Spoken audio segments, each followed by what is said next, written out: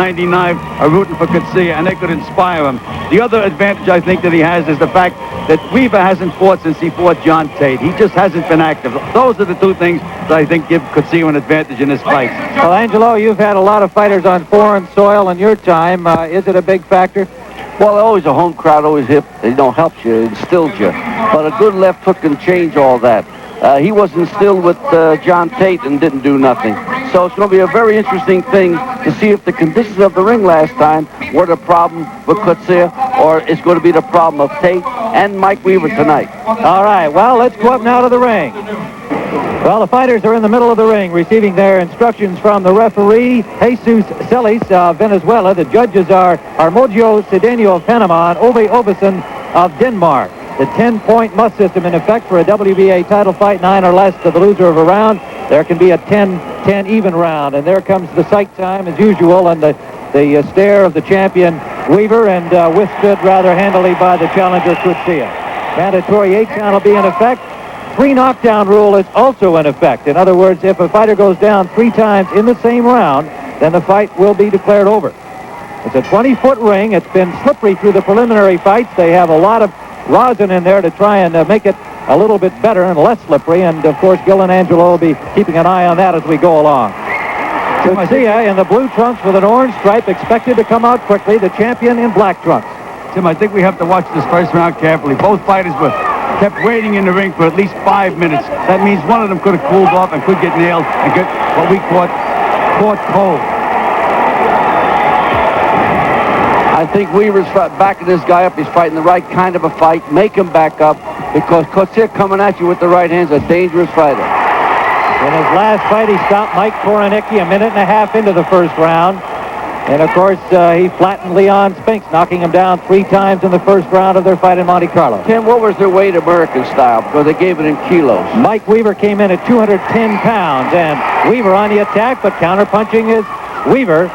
Coetzee weighed in at 226 1/4. He stands 6'3", Mike Weaver 6'1". They have reach that is almost identical, despite the fact Coetzee is taller. Coetzee got a bruise on top of his head. They clashed heads over his right eye. It doesn't look like it's bleeding yet, but he got a real bad bruise. Weaver looks extremely relaxed in this first round. Coetzee expected to come out flurrying early. Tried that in the first few seconds, but Weaver just tied him up. Tim, you mentioned that Weaver looks relaxed. That's always been his problem, whether it's relaxation, just being lethargic or something else. Good combination by Coetzee, and he landed that overhand right and another. And another right hand got through. A crowd of 16,000, some of them coming to their feet here in support of Coetzee. Both of them are throwing those big bombs. Under a minute to go in the first round. Mike Weaver's blinking. I don't know why. Both eyes. Can't understand it. He's blinking. Yes, he with both is. eyes. And water running heavily from those eyes. Whether he got thumbed or got something in them, we don't know. Coetzee backing off here as Weaver seems to have weathered the storm very calmly. Well, he can't be laying on the ropes like that, Tim. That's a real dangerous spot. There's that big right hand. Big right hand by Coetzee. Less than 30 seconds to go in round 1. Tremendous flurry in this first round by Harry Coetzee, the challenger. That well-known overhand right. You heard Weaver say he was expecting it. He'd try to stay out of the way of it. Well, he has been nailed with it. I'll tell you, Coetzee is really fighting a smart, cute fight in there. And Weaver nailed him with 2 Sunday punches and didn't budge him. Closing seconds of round number 1.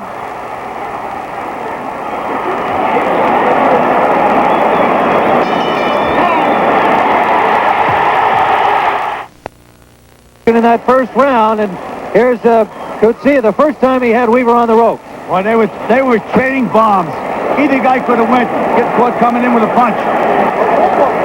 Mike Weaver being attended to in his corner between rounds by Johnny Taco and Ray Barnes, and they are very concerned as they can't quite figure out what it is. Johnny Taco signaling the referee, and they are saying that something from the gloves of Coetzee or from his body has been transferred to the eyes of Mike Weaver, and he is still bothered with it. They've sounded the bell for round 2. Referee Sellis came to tell him to come out into the middle of the ring for the action. So let's see how this develops with Coetzee on the attack again. Tim, in New York, you're not allowed to use any sort of a substance on a body. And in this case, it must have been a liniment to keep Coetzee hot, and that probably is what got in Mike Weaver's eyes. It could also get in Coetzee's eyes, though, because if Weaver's glove touched Coetzee's body and any jabs, he's going to wind up getting it in Coetzee's eyes. You must have some kind of a liniment, which will make you actually blink from doing it when you get it on your glove. Let's see to be cleared up right now, Mike. Mike Weaver in the black trunks, the champion. Gerrie Coetzee in the dark trunks, blue with orange trim. Good counter punch by Weaver. Sent Coetzee back, but Coetzee rebound. Coetzee really landed some Sunday punches right there. Don Manuel told me, he says, Mike Weaver's a lazy fighter. He said, but if you hit him, then it brings out the best in him. Let's see what happens. Don Manuel, the manager of the champion Mike Weaver, trained by Ray Barnes. Coetzee, managed by Hal Tucker, trained by Alan Tawil. His father, Flip Coetzee, also in the corner with Mons Eunice. Coetzee brought in a record of 23-1, 13 knockouts. According to Ring Magazine, Weaver 22-9-0 with 15 knockouts. The number 2 rated, Gerrie Coetzee, challenging for the second time for the WBA crown. Coetzee is really using his weight on Mike Weaver, pushing him around. At 16-pound full of weight is really something. The eyes again, Angelo. Mike Weaver just shook his head and tried to brush something out of his eyes. There's something bothering Mike Weaver as far as his eyes are concerned. Under a minute to go in round 2.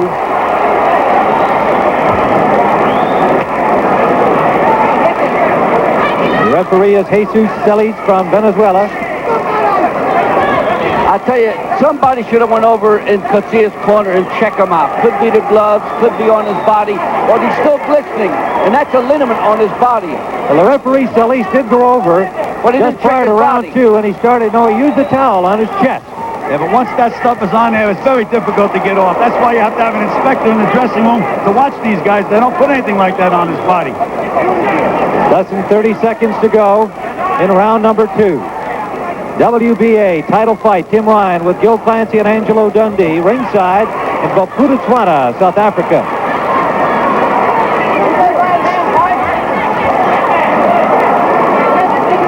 This does not look like an early round of a fight. They're both standing flat-footed. There's no strategy. They're both looking to unload and hit the other guy with a big bomb. They're working feverishly in the corner of Mike Weaver, spraying water in there, trying to clear out of his eyes whatever the irritating thing is. And Johnny Taco Ray Barnes really hard at it. I'm willing to bet that Coetzee has liniment on his body because it keeps glistening on his back off the lights. That's definitely liniment. And therefore, they should get it and clean him off. But I don't see nobody from the other corner walking over there. Well, the initiative on that, obviously, it has to be taken by Weaver's people, transfer to the referee, and hope that he'll go along. Warning for round number 3. The third round, scheduled for 15. Gerrie Coetzee, the challenger, in the blue trunks. Mike Weaver in black. Normally, you would expect dark and light trunks in all of our televised fights, but Coetzee actually turned down 35,000 rand from a sponsor of trunks because he's superstitious about the ones he's wearing. He wanted to wear those. He was guaranteed 10,000 rand if he wore them, 25,000 more if he won the championship, but he opted to go with his lucky trunks. He's lost only once, and that was to the champion, John Tate, in a listless display that went 15 rounds. He's not listless here. Weaver now counter-punching and landing. That's what Don Manuel said. He said, you hit me like Mike Weaver and you wake him up. He woke up just then. He better stay awake, though, in this fight. I'll tell you, Mike Weaver is taking some real good shots from Coetzee. And always the weight is evident, the way Coetzee locks him on the ropes. You mentioned that 16-pound weight advantage, and he has been using it. Weaver's corner saying, back him up. Use the right hand on him. I don't think Coetzee is too confident of his stamina, though, Tim, because after he throws the flurry, every once in a while he walks away and takes a big, deep breath. Coetzee right in Weaver's corner, lands a good left. Big flurry by Coetzee, but one good punch, and now talking to Weaver. Coetzee is talking to him, but I don't think he can understand him, Weaver. Well, if he's speaking in Afrikaans, he sure can't understand him. Gerrie does speak English.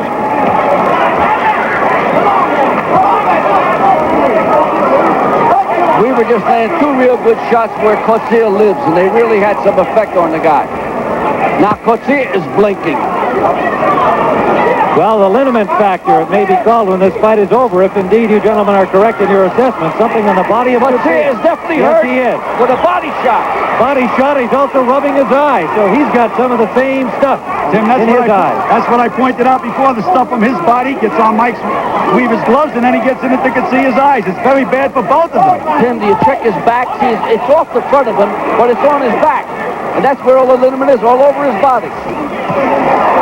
Under a minute to go. Big left hook by Coetzee, a counterpunch left hook. Those are the kind that get you out of there. Now under 30 seconds in this third round. They've both taken tremendous punches up to this point. Oh, yes. Amazing the way they're both taking those shots. He could see it. He walks away and takes those breaths, though. I think he's worried about getting tired, and when you're worried about getting tired is when you get tired. Coetzee has never been knocked out. We'll return here to Coetzee after this word from your local station.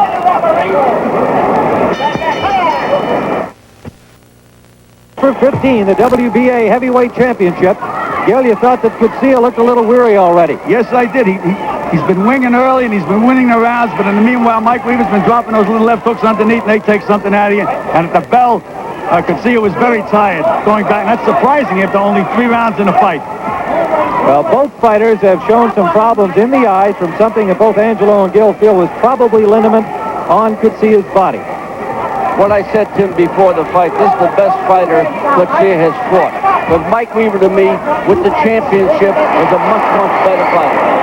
Well, one thing for sure, it is already a much better heavyweight championship than the one in which Ali was involved with Holmes. An unfortunate finish for Ali. This has been action-packed from the opening bell. Tim, Coetzee threw 4 left jabs. Mike Weaver backed up, and when he backed up, he pulled that left foot back. That's curtains when you do that because you're not in position to punch. I think if Coetzee starts backing him up more, Mike's going to be in trouble. Eddie Coetzee, the challenger, on the right of your screen. The champion, Mike Weaver, in black on the left. Mike Weaver actually has Coetzee bending in the middle. Coetzee is tired right now, grabbing the rope, looking to save himself. And Weaver's hurting where he lives, downstairs. Angelo Dundee with Gil Clancy and Tim Ryan. Ringside in Coetzee, tribal homeland in South Africa.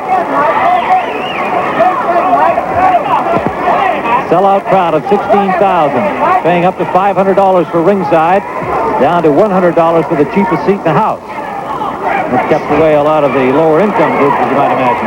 One thing Mike Weaver don't want to do is trade right hands with Coetzee, because his punch is definitely faster than Mike Weaver. Right hand lead from Coetzee scored. A good countering left from Weaver landed. You know, they talk about that big right hand of Coetzee. He's landed 4 or 5, and nothing's happened to Mike Weaver yet. The big difference is wearing that crown, Gil. It makes it reach a different plateau. And this kid's the heavyweight champion right now. We're under a minute to go in round 4. Coetzee, well known for what's called his bionic right hand. He had it operated on and a steel pin inserted following a bad break. Tim, you don't buy that, do you? Once you break your hand like that, it's never the same. There's always the thought of maybe breaking it again. Less than 30 seconds to go in the 4th round. Coetzee has done a lot of leaning on him in this 4th. Coetzee is definitely looking to stall for time. He's grabbing the ropes, pushing them back. He's getting hurt with body shots. Good combination by Mike Weaver, putting his punches together real well. Final seconds of the 4th round.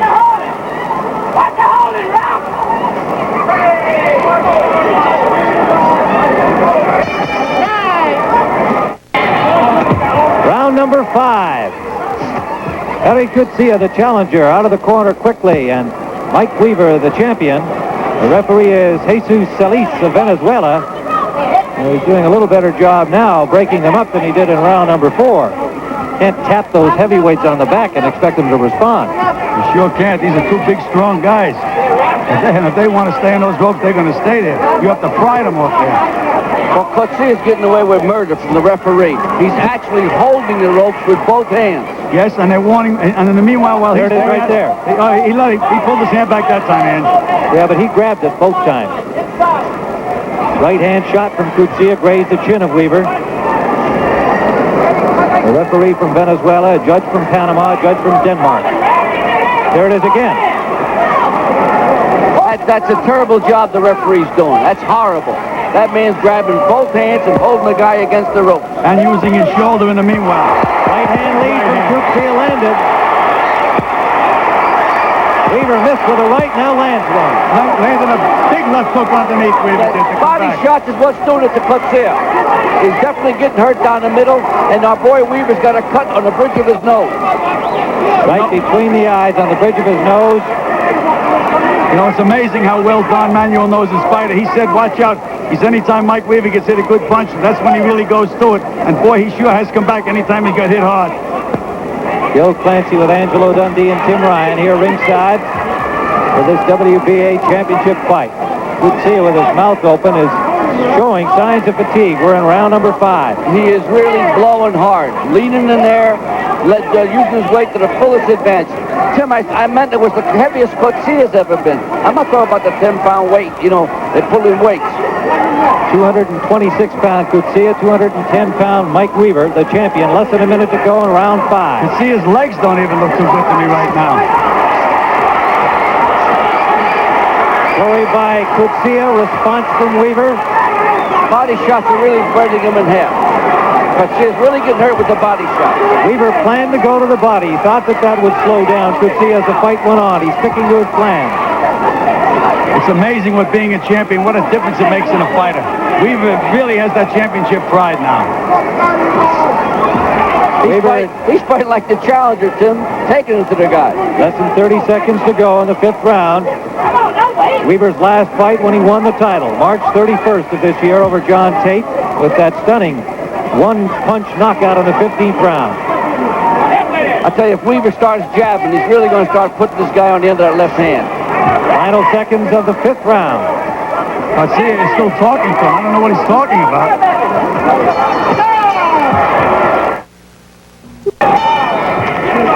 The bell for round number 6. This scheduled 15-round heavyweight championship fight from Botswana, South Africa. Gerrie Coetzee, the challenger in blue, the champion. Weaver pinned against the ropes again. Weaver's people are not too happy with this referee. The referee came over and he wiped off Mike Weaver again, and he never went near the other guy, and they're screaming, what about the other guy? Wipe him off, too. Well, I tell you, they got a big problem. Sellers don't speak no English. Jesus Celis from Venezuela. I don't think that's too smart a thing to do. Here you have two fighters that speak English, and they put a referee in there that doesn't speak English. That was raised at the rules meeting, and they said they'd find an interpreter at ringside for him if necessary. Can't help much in the middle of the ring. Can't find the interpreter, sir. 6th round action. We've got more championship action coming up in the Sports Spectacular. November 8th, lightweight champion Hilmer Kenty defends his crown against the veteran Villamar Fernandez, and that should be a good one. I tell you, Coetzee is going to try to just bull him and shove him and grab him. He's looking to save himself. In fact, he's talking to Don Emanuel in the corner. He just ran at Mike Weaver. If Mike threw a right hand, if that would have landed, it may have been all over.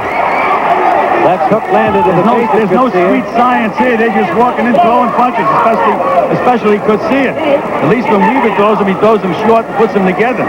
There he goes again, another win. Manuel screaming at the referee to get the holding Coetzee off Weaver. Coetzee has been talking to there he is talking to him now. Talking to Weaver's manager, Don Manuel. Sailors for the first time push away Coetzee.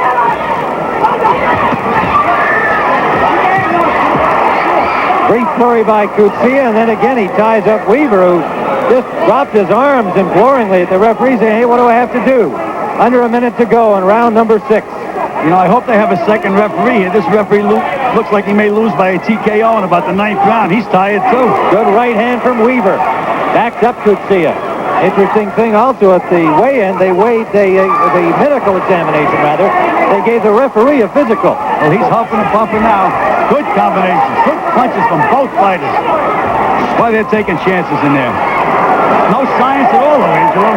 It's a real brawl. It's just a brawl, and he's pushing and shoving. I haven't seen one guy faint, step off to the right, step off to the left. They're just coming right at each other, winging punches. We're under 30 seconds to go in the 6th round.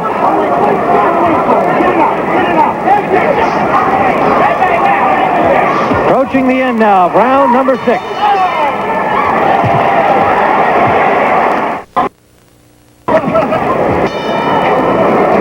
Round number 7, and apparently both fighters have gotten over the eye problems of having something smeared in there from their gloves.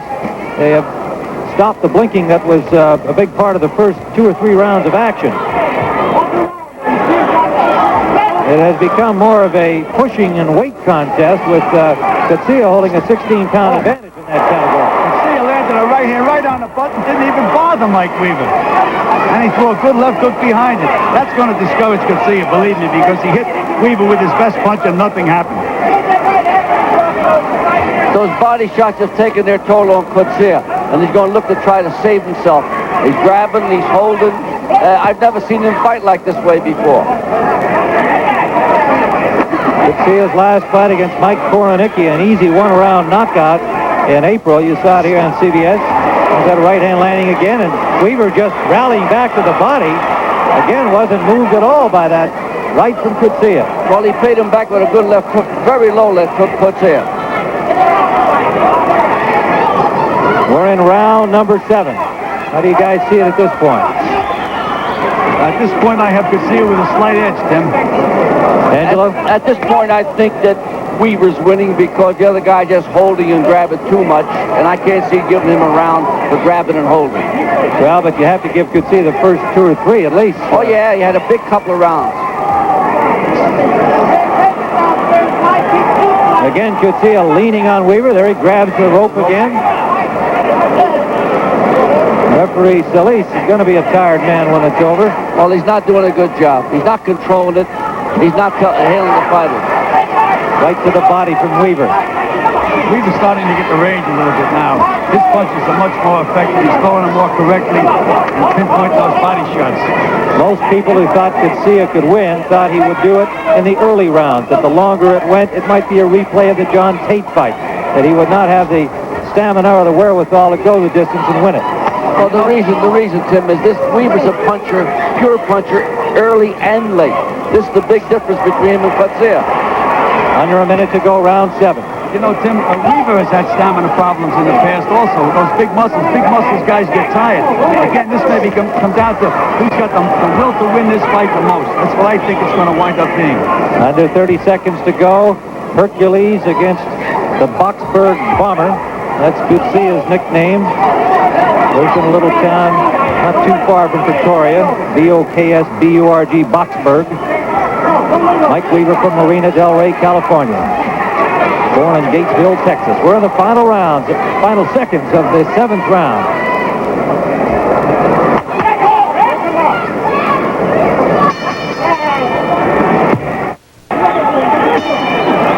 Round number 8, and Alan Tawil, Coetzee's trainer between rounds, exhorting him to jab more, jab more. Yeah, he told him you can win this fight on points.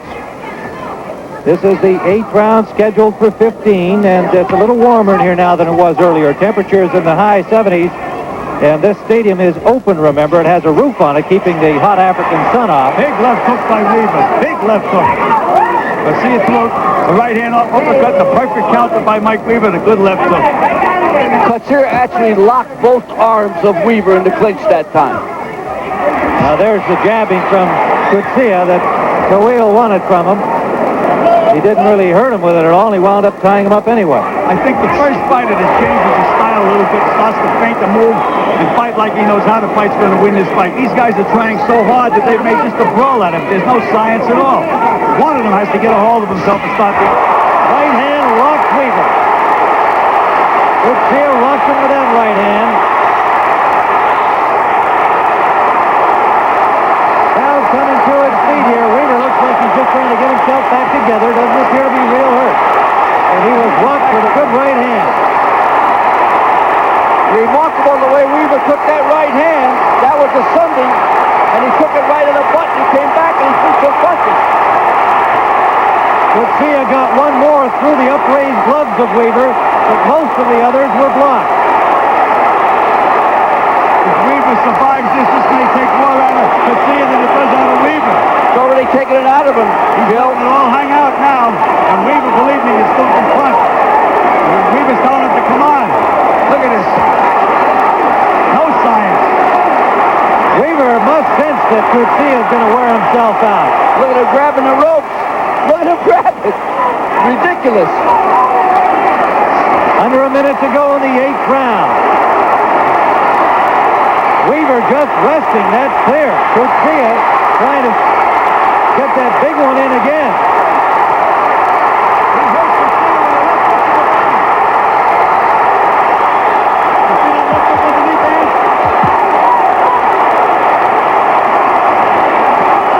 Overhand right from Weaver landed. That hurt Coetzee. That hurt Coetzee. If he ever pulls him out of there and he lands another shot, it might be the whole ball game. Under 30 seconds to go in round 8. The crowd aroused here. 16,000 strong. Looking for only the 3rd South African world champion ever.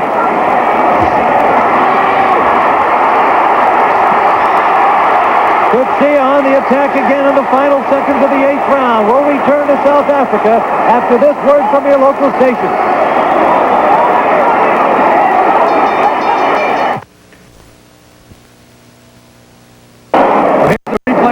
By Coetzee in the last round, a big right hand. Mike Weaver's back both feet even. He's a wide open target. Now he's trying to do the rope-a-dope.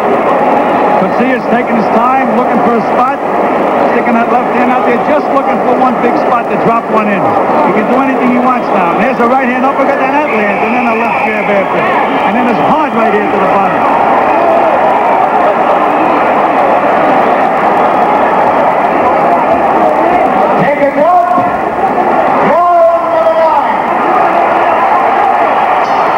The bell for round number 9. Tim Ryan, Angelo Dundee, and Gil Clancy.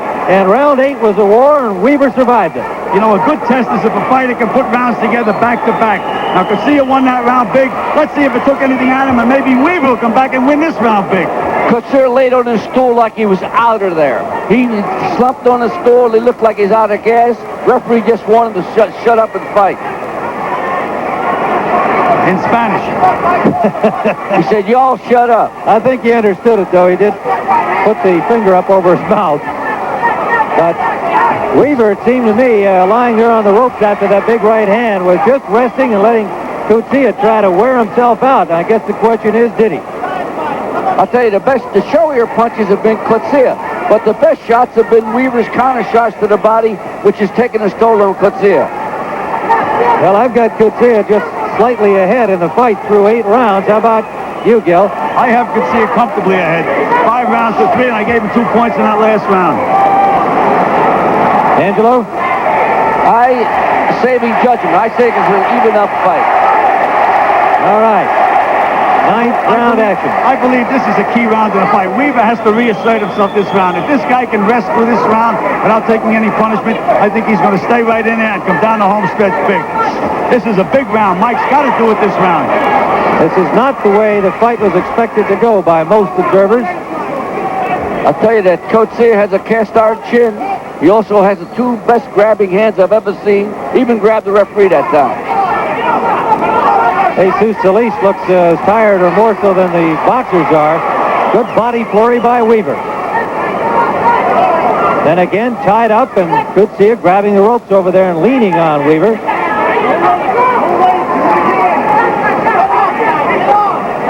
Mike isn't initiating too much. He's waiting for Coetzee. Less than a minute to go, round 9. I'll tell you, in all fairness to the referee, Weaver shouldn't be laying in there himself. He should be trying to slip out of there and throw combination shots. Right. Both fighters are walking around the ring like wrestlers. They're looking right at each other and just throwing bombs or trying to throw bombs.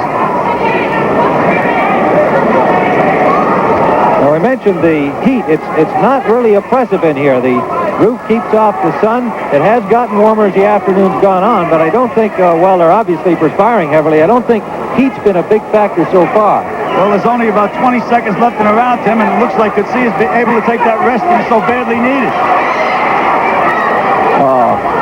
Again, Coetzee just leaning on him. He's got his full body weight on him over there. Final seconds of the 9th round.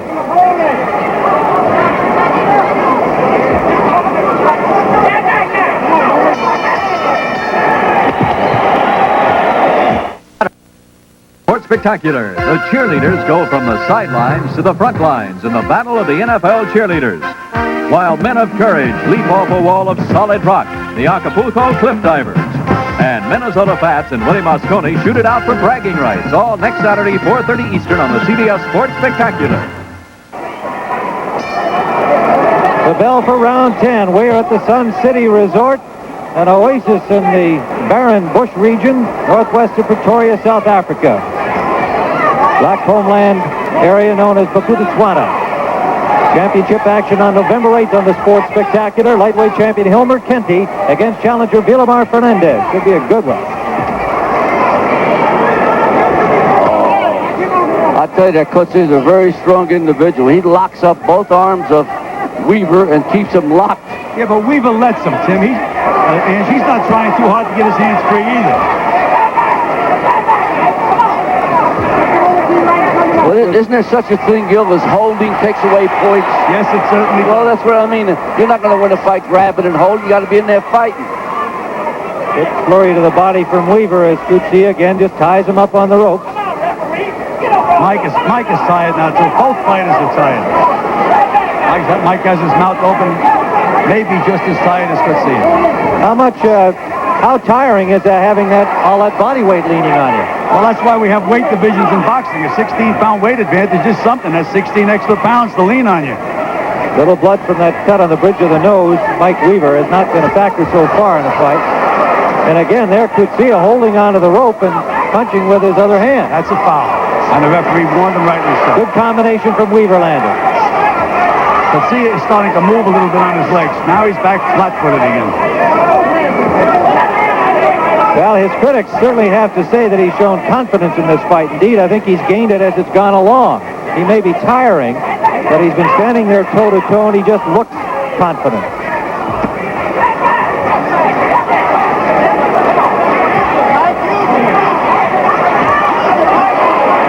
Weaver certainly shows signs there of being tired. Same thing. That leaning and shoving and holding has taken toll on Weaver. Under a minute to go. Round number 10.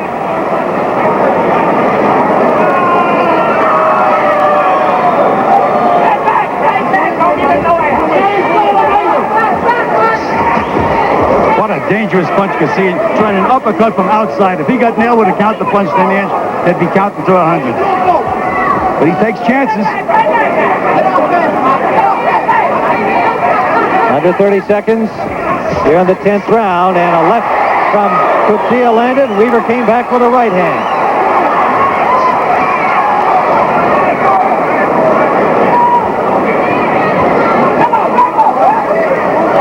Again, Coetzee using Weaver as a pillow against the ropes.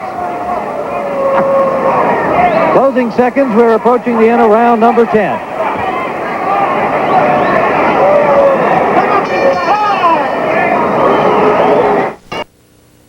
For round 11 on the drama building here. A right-hand lead from Coetzee, and Weaver managed to duck away from it. A close fight as we see it. Go ahead, Angie. That referee's got to take a round away from Coetzee. That's disgraceful. Allow him to rough him and grab him and push him. That's a disgrace. That's the worst job a referee I've seen done in a long, long time. And that's a disgrace. I'm really surprised that the crowd they've been very neutral. There hasn't been too much cheering for Coetzee. When he does anything big, they're very, very quiet. I guess they're waiting for something. Oh, what a left to the body from Weaver, and a left up top after it. A left hook, Coetzee's nose.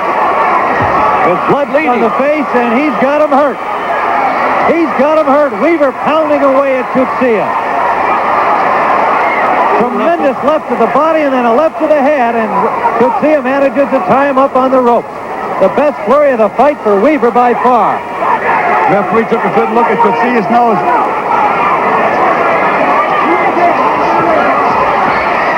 Coetzee just pulled him into the rope. Trying to throw him out of the ring. See, Tim, these ropes are very old ropes. They have them tightened like a drum. But the lights have made them bigger and they stretch them.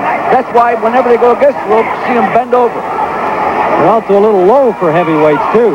Yeah, it's only a 3-strand rope. I think they ought to change that rule. Lots of blood around the nose of Coetzee, but Weaver's been unable to follow up on that first big flurry that rocked Coetzee early in the round. This is the 11th round. Coetzee is using his legs a little bit now, trying to stop a jab out there. That may be the right thing to do with a tired fighter. Now, these next 5 rounds, Tim, this is what you call championship territory. This is what will bring out what makes a champion. Well, that's what we pointed out in the beginning of the fight, Ange, the will to win. And you got to have to remember that they're fighting in Coetzee's hometown. Look at this. Coetzee, again, just leaning on Weaver, forcing him over the top of the rope. Finally gets a warning from the referee. We're well under a minute remaining. He made Weaver mad again. Made him angry. That's the worst thing he can do. Best to leave Mike alone. Just try to outpoint him. Every time Coetzee gets arm weary, he just pushes Weaver back to the rope. Under 30 seconds to go in the 11th round. Tim Ryan with Joe Clancy and Angelo Dundee at the Sun City Resort in Bophuthatswana, South Africa. Well, here's where a cut man becomes very important. We'll see what they can do with that cut between rounds. Left hook body shot from Weaver.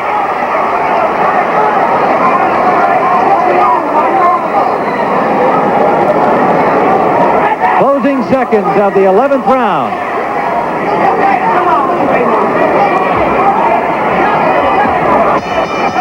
There's the bell ending round number 11. And there is Harry Coetzee going back to his corner. Angelo, you thought the nose was broken? Let's look at him in the corner. What do you think? I think he may have broken his nose on the bridge of his nose.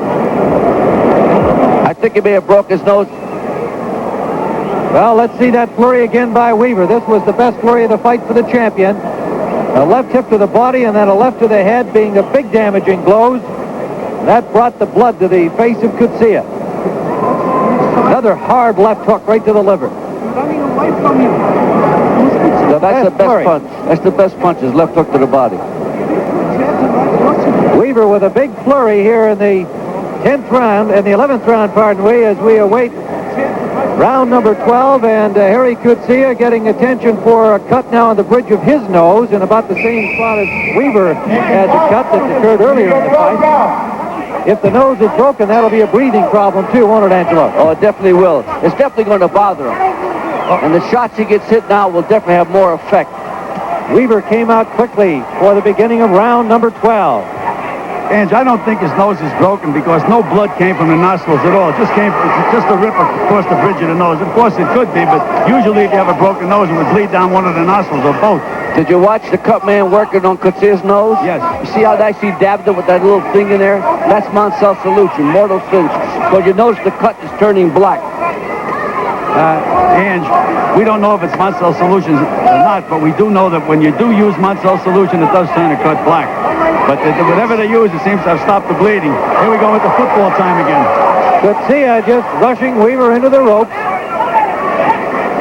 Coetzee has got tired again. He got his second wind. He's going to need a third wind now because, he just butted Weaver too. Well, Coetzee certainly proving to the fans and the South African media that he is in this fight to stay. Weaver will have to take him out. They can't say that Coetzee has not shown the will to win. I'll tell you, this won't be exactly called the Marquess of Queensberry rules fight. That's for sure. But wait to see, Angelo, that Marquess of Queensberry. He was an Italian guy that set up the rule book. Solis hauling off Coetzee once more. And back they come to the ropes right above us with Coetzee using his extra weight. Weaver has got to be busier here in these later rounds. Well, he has to realize he's fighting in the other guy's hometown. And if that guy makes a big flurry in the last round, it's going to be tough to take it away from him. He should, as you say, Tim, he should be busy now. Coetzee now is just trying the same thing all the time, though, Tim. 2 punches and he stops. When Weaver lets him go, he lets 4 or 5 go. Under a minute to go, round number 12. They're right in Weaver's corner. Weaver trying to throw punches inside, which Coetzee is laying on.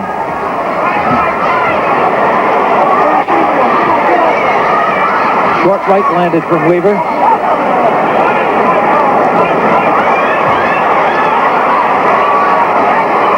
Coetzee is definitely tired because he let him get away with those shots. He wasn't strong enough to grab the ropes anymore.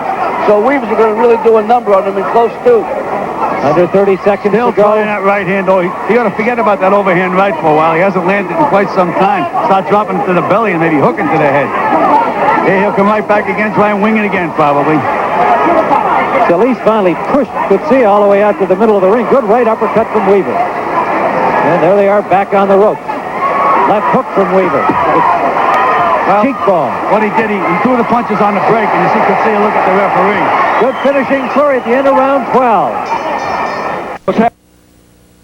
Weaver's able to move his guy around the clinches, which he hasn't been able to do before. That's why the hooks and right uppercuts are getting in there. Coetzee is so tired he can't grab the ropes anymore. This is action from round number 12. Closing seconds of that 12th round, and now we have, as we see it at least, a very close fight. Perhaps the Weaver slightly ahead, and with only 3 rounds to go, the champion has got to be very conscious of a strong finish because he's on the foreign soil. There's a Panamanian judge, a Danish judge, and a Venezuelan referee. The bell for round number 13. And it's important now for Mike Weaver to finish strongly. As we see it, it's very close. Well, Mike is coming now. He's coming at a faster pace now, moving his hands a little more.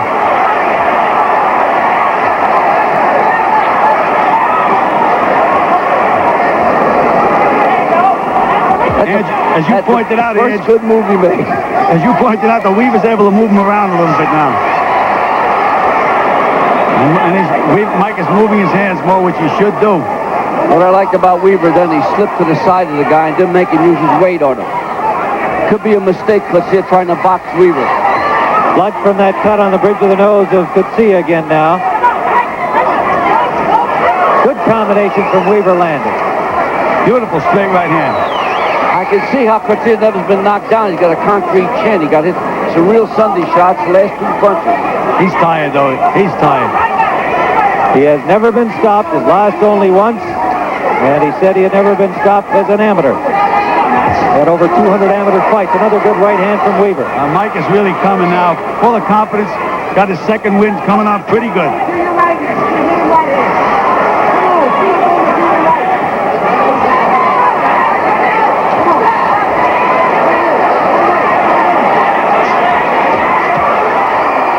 Right landed from Weaver, and down goes Coetzee. Tremendous right hand. Mike Weaver, the champion, and Coetzee now trying to get up, is going to not make it. I do not believe it is all over. He did not get up, and Mike Weaver, with a 13th round knockout, has defended his WBA championship. Tremendous right hand sending Coetzee to the canvas, and the South African challenger, who had fought with confidence all the way into the 12th round, is flattened by the champion Weaver. Let's look at it again. Here it comes.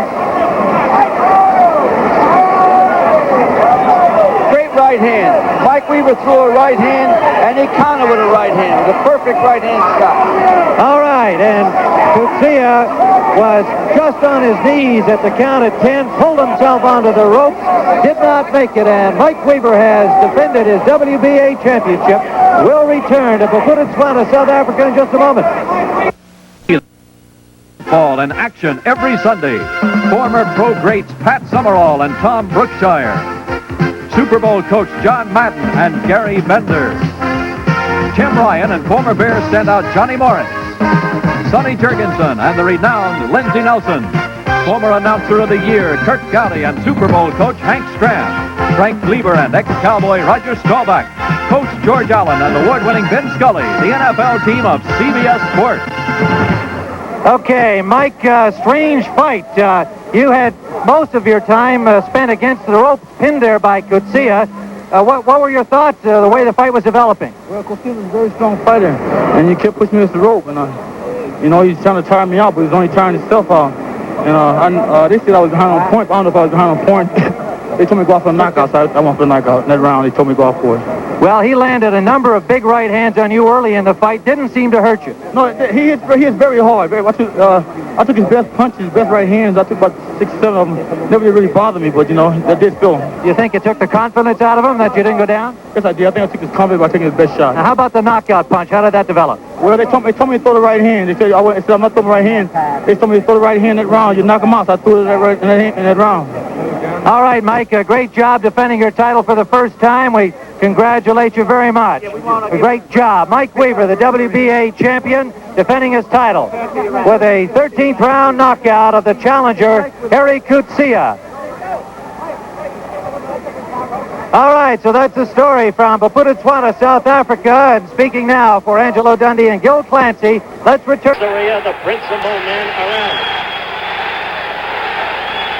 And the chant for Lyle goes up again, and the uplifting and display of the Lyle banner. A lot of people here from Denver. In Denver, years ago, before he lost to Quarry, they thought Lyle would someday be the heavyweight champion of the world. He is an overwhelming underdog. He is not to be overrated as a fighter, but as a puncher and guts, okay. Chuck Hull has just introduced Ron Lyle. Now Ali. Weighing 224.5 pounds, the heavyweight champion of the world, Muhammad Ali. Wherever he goes, he produces excitement and almost inevitably controversy. What a career Ali has had. Again, we're coming to you live in prime time from the Las Vegas Convention Center. The heavyweight championship of the world at stake. Remember how it was that night in '64, February 25th in Miami, when Liston did not get off the stool for the 7th round. Ali became the champion. He was Cassius Clay then, but faced the media people the next day and said, "My name is Muhammad Ali," and so it was. Then, the extraordinary affair, May 25th, '65 in Lewiston, Maine. The invisible punch. The late Jimmy Cannon said he saw it, it couldn't have crushed a grape. The befuddled referee, Walcott. And finally, the bout over in the first round. It's been one controversy after another. Finally, being deprived of his title and stripped of his right to fight, only to be vindicated after 3.5 years of enforced idleness by the Supreme Court of the United States. Now, the bell for round one. Ali going right out toward Lyle, the two men in the middle of the ring. "I will not try to kill him," Lyle said in our pre-fight talk, "nor will I wear myself out if he lies against the ropes."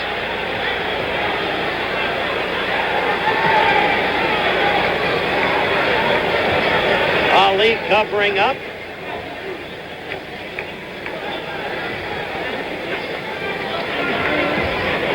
So far, Ali hasn't thrown any punch, but you don't see Lyle throwing too much leather either. There is the rope-a-dope, but you don't see Lyle wasting himself. Instead, he backed off.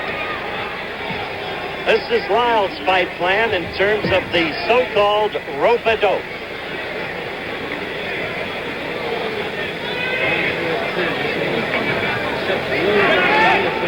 Again, there is no attempt here to build Lyle into a great fighter. His principal victories have been over the likes of Jimmy Ellis and Oscar Bonavena, Louis Pyrus, Buster Mathis.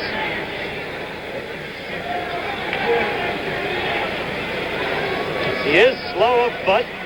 He is really slow of arms, but when he hits, he has knockout power in either hand, especially the left hook. Lyle told me, if you'll remember, in the interview I did with him earlier today, this is what he was going to do. Ali is a defensive fighter, he said, and he wasn't going to use himself up against him.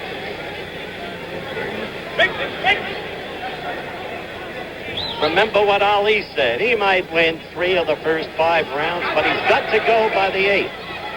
Well, we'll see. Only once was Ali heavier than he weighed in today at 224.5. He weighed in at 227 for a lackluster effort against Mac Foster in Tokyo, Japan.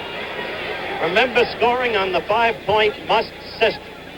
3 judges score. The referee has no voice in the scoring, and the referee is Ferd Hernandez.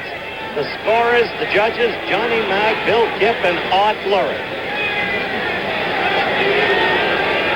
Mandatory 8 count, no saving by the bell, not even after the 15th round if it goes the scheduled 15.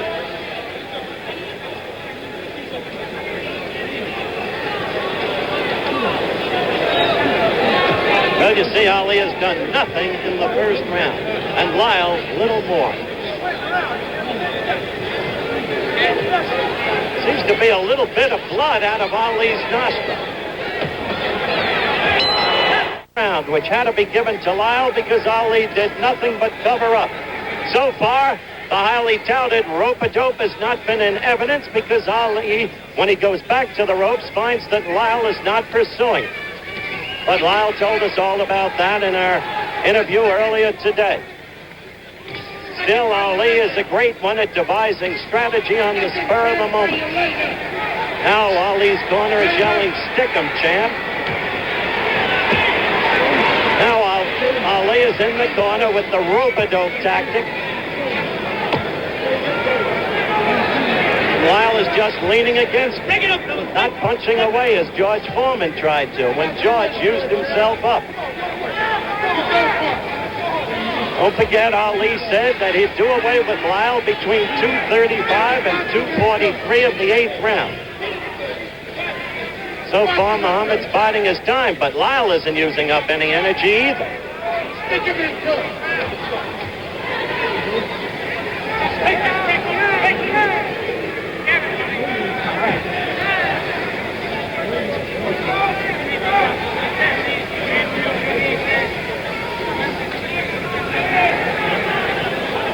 We've got a mic on Angie Dundee, Ali's trainer, and between rounds, because we'll not be cutting away, you will hear what Dundee tells his fighter, the champion. Oh, a quick right by Ali. That was the first decent punch he's gotten off tonight.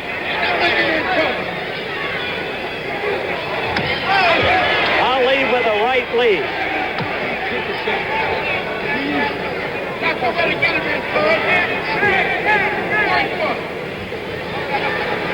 Strange posture for Ali. He hasn't danced at all tonight. The left foot in front of the right foot. Whole new kind of fight for Ali thus far. You have to wonder whether or not he's clowning. It was a strange fight that day in San Diego against Kenny Norton, too, when he got the broken jaw.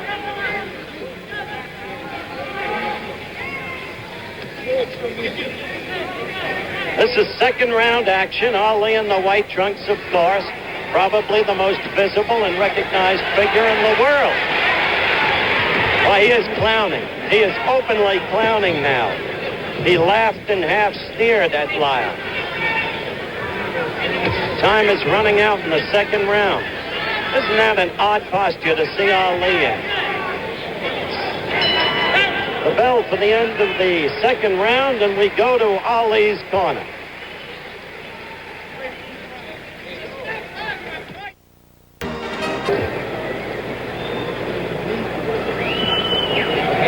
See Angie working on Ali on that right nostril, although no blood came out of it in the second round.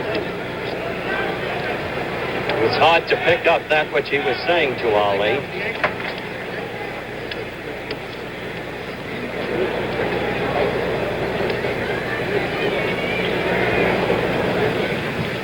Let's see if I can get a word from Ferdy Pacheco. Ferdy, the champ seems to be clowning. No, that's his new style of rope-a-doping. I haven't seen him rope a dope. Well, because the other guy won't go for it. He's got Chicky Ferrara in his corner. Is too smart to go for that falling into All the right, rope. then what will Ali do in your He's been opinion? stinging him with straight rights. He's got to open and con the guy into coming after him. When he Okay. stings him, he'll come. Right, Bertie Pacheco, Ali's personal position at ringside as always, and action in round 3 begins. So Lyle, by Pacheco's own admission, has been successful in not falling for the, quote, rope-a-dope, unquote. Ali is talking to Lyle, taunting him. You can see the mouth open, the half stare across his lips.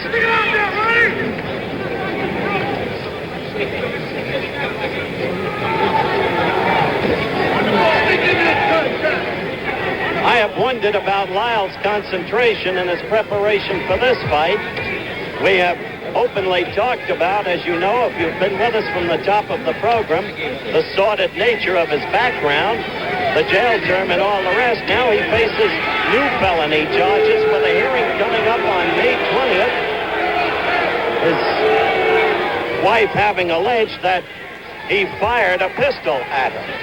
Fortunately missed. But that's the allegation, and of course the hearing will take place under due process on the 20th of May. But you wonder how a man can concentrate in preparing for an opponent like Ali with that kind of thing hanging over his head. Oh, a good quick left and right by Ali, his best blows of the night. Lyle trying to fight back, coming in with a right. No question, Lyle has no fear of this man.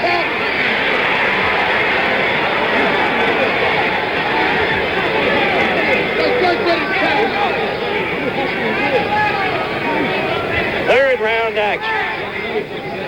Live to your homes from the Las Vegas Convention Center. Ali defending against Ron Lyle, the heavyweight crown. Ali has been talking to him steadily from the start of the fight.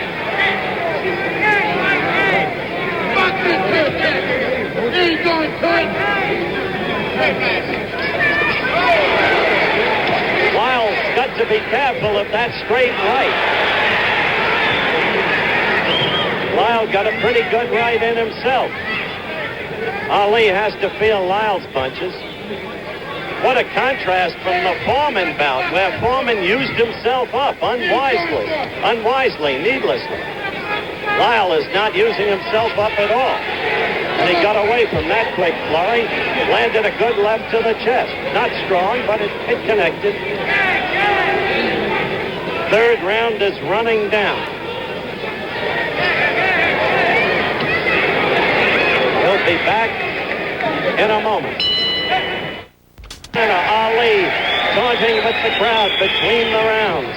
And Angelo Dundee telling him, I don't understand why, this guy's ready to go. You're ready to nail him. So far, there's been no evidence of that. Lyle is now using his left, not getting through, but jabbing steadily. Ali is still covering up the fists in front of the face. Remember, Ali got a bloodied right nostril in the first round. No real damage, but it was bloodied. That's been stopped ever since. No more blood.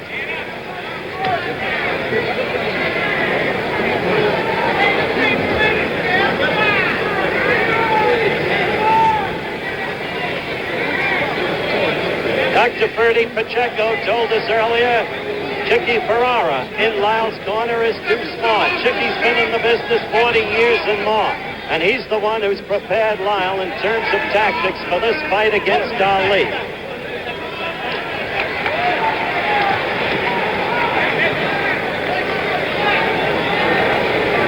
As for Ali, there's been no foot movement. None of the old circling steadily to the left. None of the quickness of the left jab. Just that strange posture, the cover-up, mainly in the middle of the ring.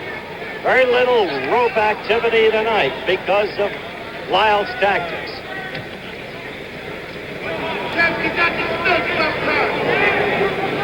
Drew Bundini, the irrepressible noisemaker in Ali's corner, just said, champ, you've got to stick sometime, meaning use that left. 224 and a half Ali is. You wonder how much stamina he's going to have at that weight. He was grossly out of shape for Wetner at 223 by his own admission.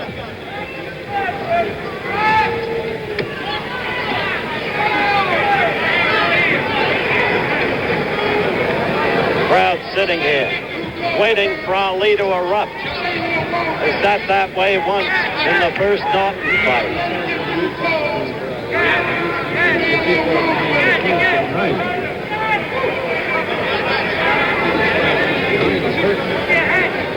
So far, this fight in plain terms is an exercise in dullness. Nothing happening, only tactics.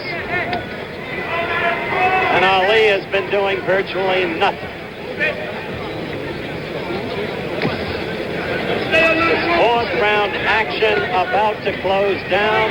We'll be back when the round ends in a moment. I watched this. Posturing, unable to use the ropes because Lyle won't go into him against the ropes. Lyle with a right. Ali knows this man has power. Look at him, moving away. You never really know what Ali is thinking, but I suspect that deep within him there's a growing concern. Now he's beginning to circle in the old Ali manner because he found out he can't use the ropes. The ropes are a beautiful thing, Ali said after the Foreman fight, but not if your opponent won't let you get away with using them. This is the way to fight Ron Lyle, with movement, control it slow, sticking as Ali just did with the left. Now, how long Ali in his present physical shape can move remains to be seen. But for the first time in this fight, he's on his toes. He's dancing in the old style. Not as swiftly, not as smoothly, not as rhythmically, but there is the movement, mainly to the left. Occasionally, as there, back to the right. And then the quick jab.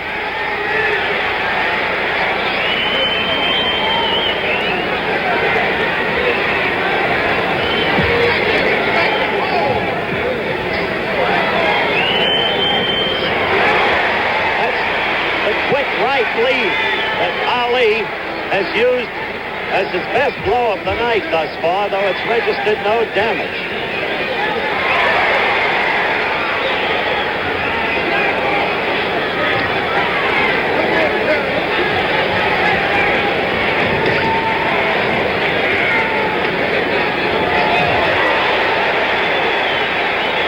Ali left himself open when he missed, but Lyle could not score. He did not hit him. Lyle is unafraid, looks strong. That left is getting in, though. Left again. This is Ali's best round by far of the night. Now, Ali against the ropes. A right by Lyle got into him. He felt it.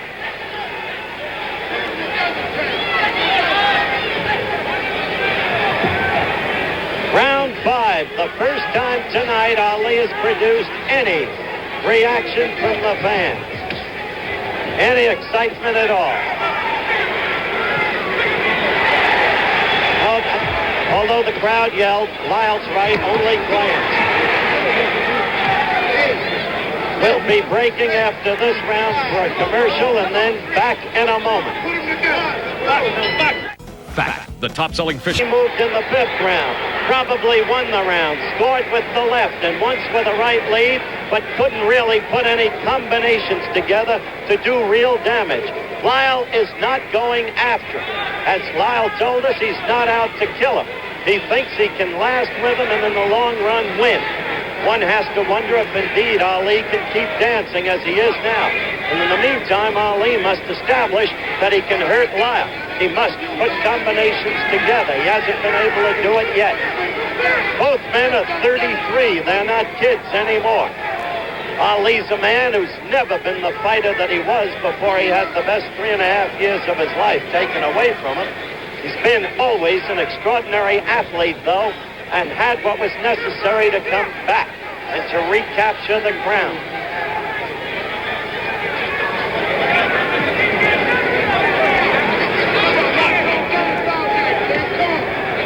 Up to this point, the hero of this fight might well be construed to be Chicky Ferrara in Lyle's corner. Because Lyle is fighting a very smart fight. And you've got to believe that the fight plan is Chicky Ferrara.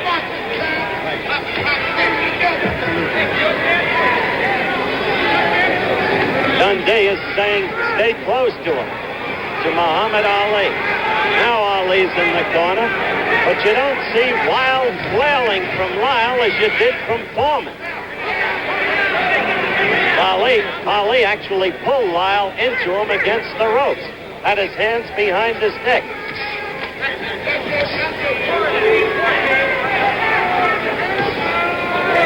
Tell you this, Ali must not expose himself to that Lyle left hook. In Ali's career, he's been vulnerable to the left hook. Henry Cooper decked him with the left hook the first time they met. Joe Frazier decked him with a left hook. So did Sonny, the late Sonny Banks.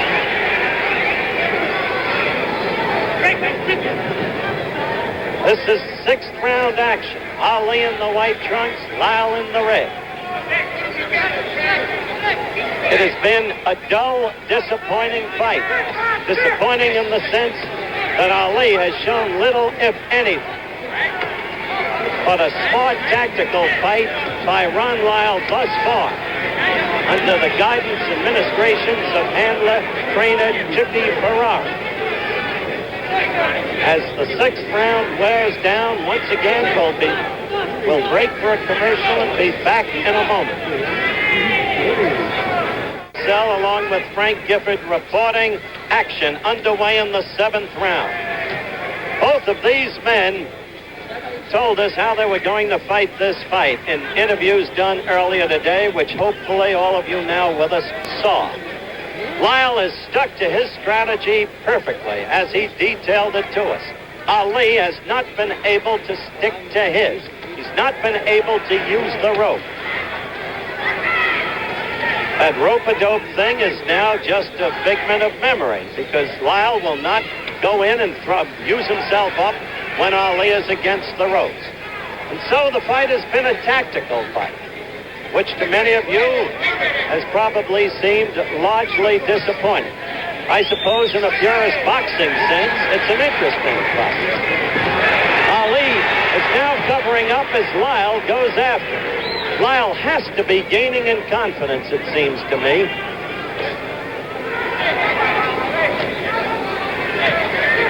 The end of this round for our stations along the line, this is an alert. We'll be pausing for station identification.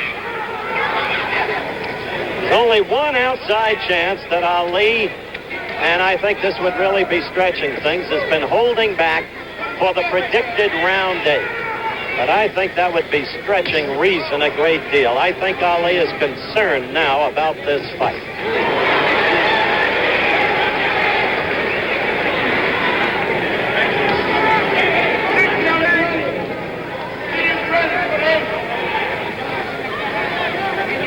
No dancing this round for Ali. He danced in the 5th, he danced in the 6th. But not this round.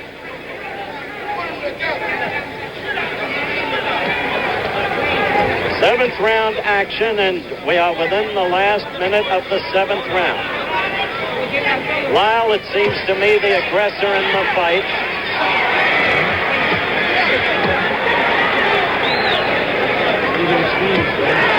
Lyle got in a good right to Ali's head then, with Ali in his rope-a-dope position. Lyle measuring him, trying to get into it.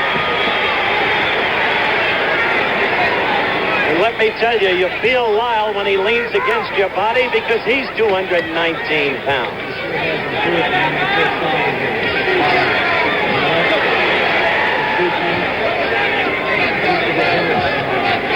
All right, we'll be back with more of the Muhammad Ali Ron Lyle World Heavyweight Championship fight. Now let's pause for this message from our local station.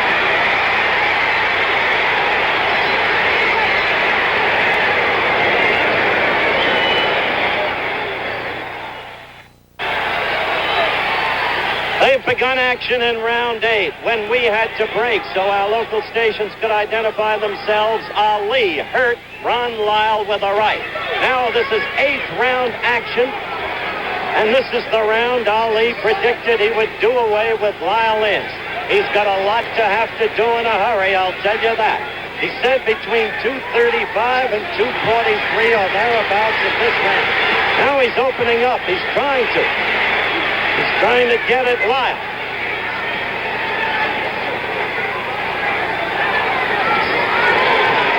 Lyle is a powerful man, can take a punch. When Gerrie beat him, he hit him with everything he had, and Quarry could punch, I'll say that. And he said, I got tired of looking at the guy still coming at me. Ali is scoring much better, though, in this round.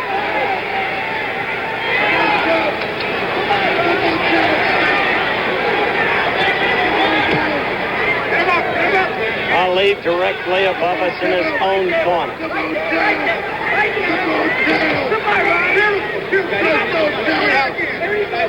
We're going to run this clock the whole round because of the prediction. Ali got to Lyle then. Ali got to him again with a right when Lyle was off balance. Ali is...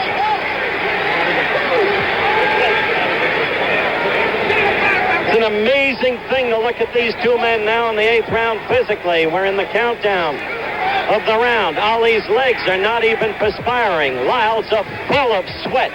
Lyle's whole body full of sweat. Ali's upper body sweating, but with nothing like the profusion of Lyle's. Ali has one weapon that Lyle does not seem to be able to stop, and that's the right lead.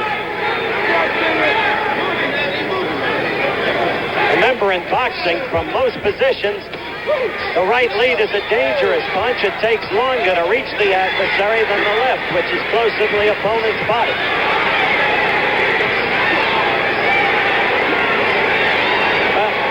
He is not going to knock Ron Lyle out as predicted. Ali is winning this round big. He's not going to knock Ron Lyle out as predicted. And the crowd knows it. They're reacting. A big round for Muhammad Ali, no question about it. We're going to have to break for a commercial after this round, and we'll be back in a moment. Big round for Ali. Wanted to make his prediction stick. He had shown little during the prior rounds, though the fight is, of course, close because Lyle has done little. Ali went after Lyle. He hurt him in the 8th round. Ali tried to sucker Lyle into the ropes. Lyle wouldn't do it. Went back to mid-ring, waved to Ali to come at him. Ali didn't necessarily like it. You saw him talking with the crowd, in effect. The prediction by the boards. Ali moving now.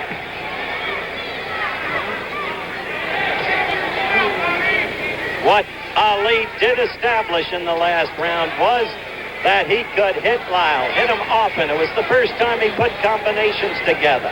He hurt him. Look at this. That's exciting, isn't it?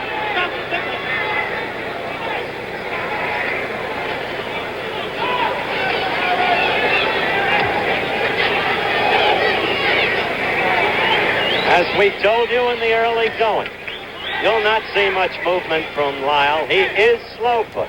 He is ponderous. But Ali himself looks like he expended a lot of energy in the last round. He looks tired. Purdy Pacheco does not look especially happy standing next to me. He just shook his head as I said it, in agreement. He's not happy. Lyle is a big, powerful man, if nothing else, and you can get tired with a man like this, leaning against you all night, trying to work you over.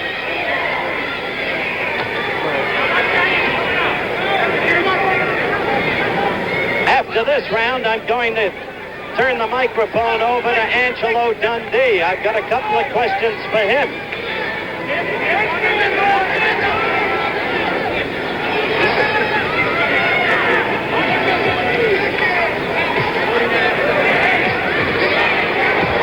quick flurry by Ali. Otherwise, the round has been relatively devoid of action.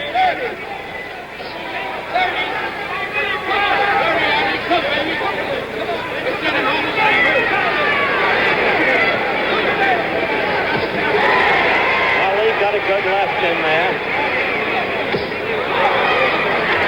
Lyle got a left in. We're approaching the end of round 9.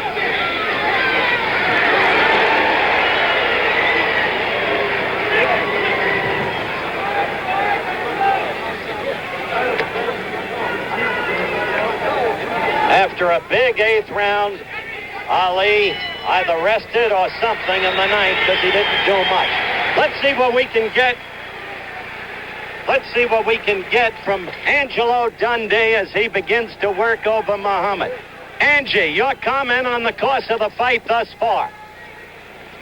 Well, so far he's busy sponging down his fighter, and that's certainly understandable. Angie? Angie continuing to work on the fighter. The mouthpiece going back in. Ali directly above us. We'll get him hopefully as soon as... Yes, he's coming back through the ropes now. I want a quick capsule impression of the fight thus far from Angelo Dundee, one of the veteran and very wise men of boxing. Apparently, we're not going to get him. The round's going to start, so I'll try to talk to him during the round.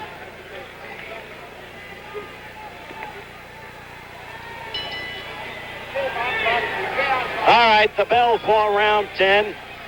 The action begins. And maybe now we can talk to Angelo Dundee. Angie, give us your capsule impression of the fight thus far, and are you worried about your fighter? No, I'm not concerned about my fighter. My fighter's going to start handling him now. This guy, Lyle, fought a very smart fight early. He wouldn't wear himself out, so he's trying to cat and mouse game. But it boils down to one thing. Muhammad's the champion. He's the challenger. You got to go and get the title, so he's not doing that. Are you telling me that you consider Ali ahead on points at this point? Well, if he's not ahead, I'm blind.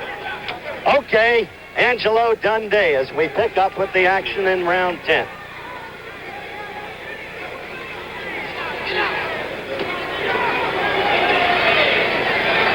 Angie, of course, vouchsafed what we said earlier, that this was a tactical fight, shrewdly constructed by Chicky Ferrara in Ron Lyle's corner. Ron has been following instructions.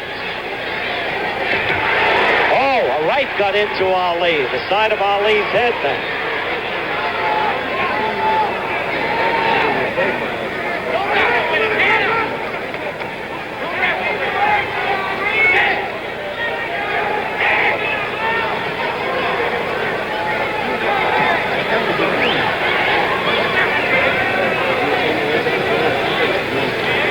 Round live from Las Vegas Convention Center. Ali against Lyle.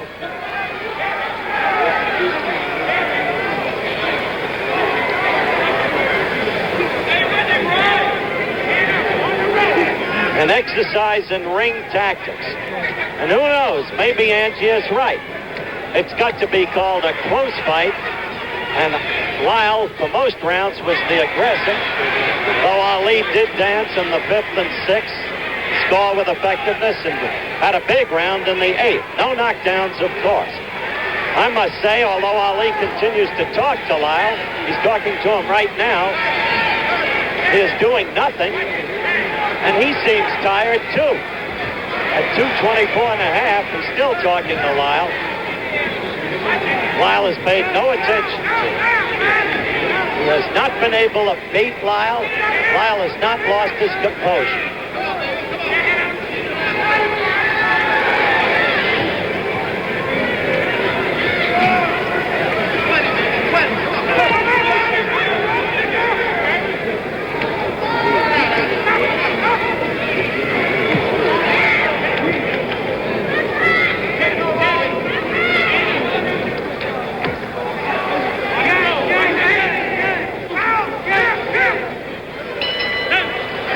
The end of an uneventful 10th round. We're looking at Ron Lyle over in his corner.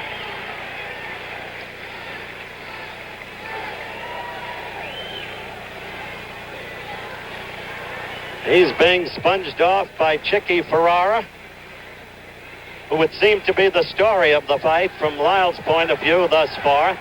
Incidentally, right here in Las Vegas, Nevada. Tomorrow we'll be bringing you at 3:30 Eastern Time until 5 live the Alan King Tennis Classic. And again on Sunday, that will, of course, be from... Art Carney is waving to us. I'm with Alan King himself. And he'll be on along with me and Richard Pancho Gonzalez as we bring you the Alan King Tennis Classic live. How are you scoring this fight?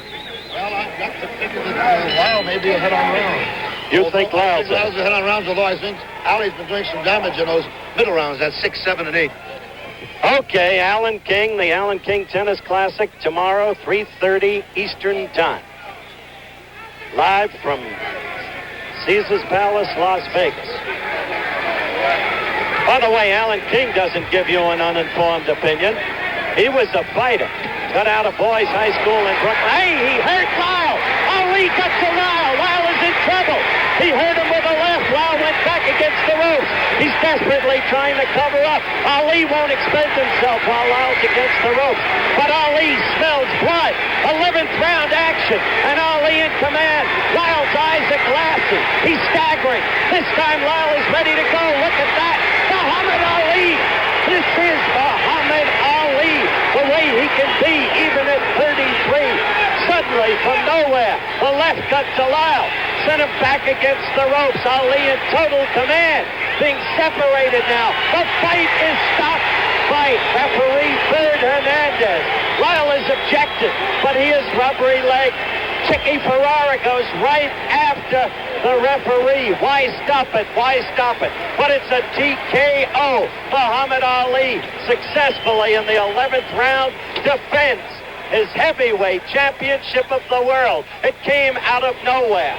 Now he's facing the crowd, talking to them. I'll be going up into the ring to talk with the champion, and we'll be back for that conversation in just one moment. How do you... Look right into that camera. What were you doing for 10 rounds, except for maybe only the 8th? First of all, I want to say all praises to Allah. Thank Almighty God Allah.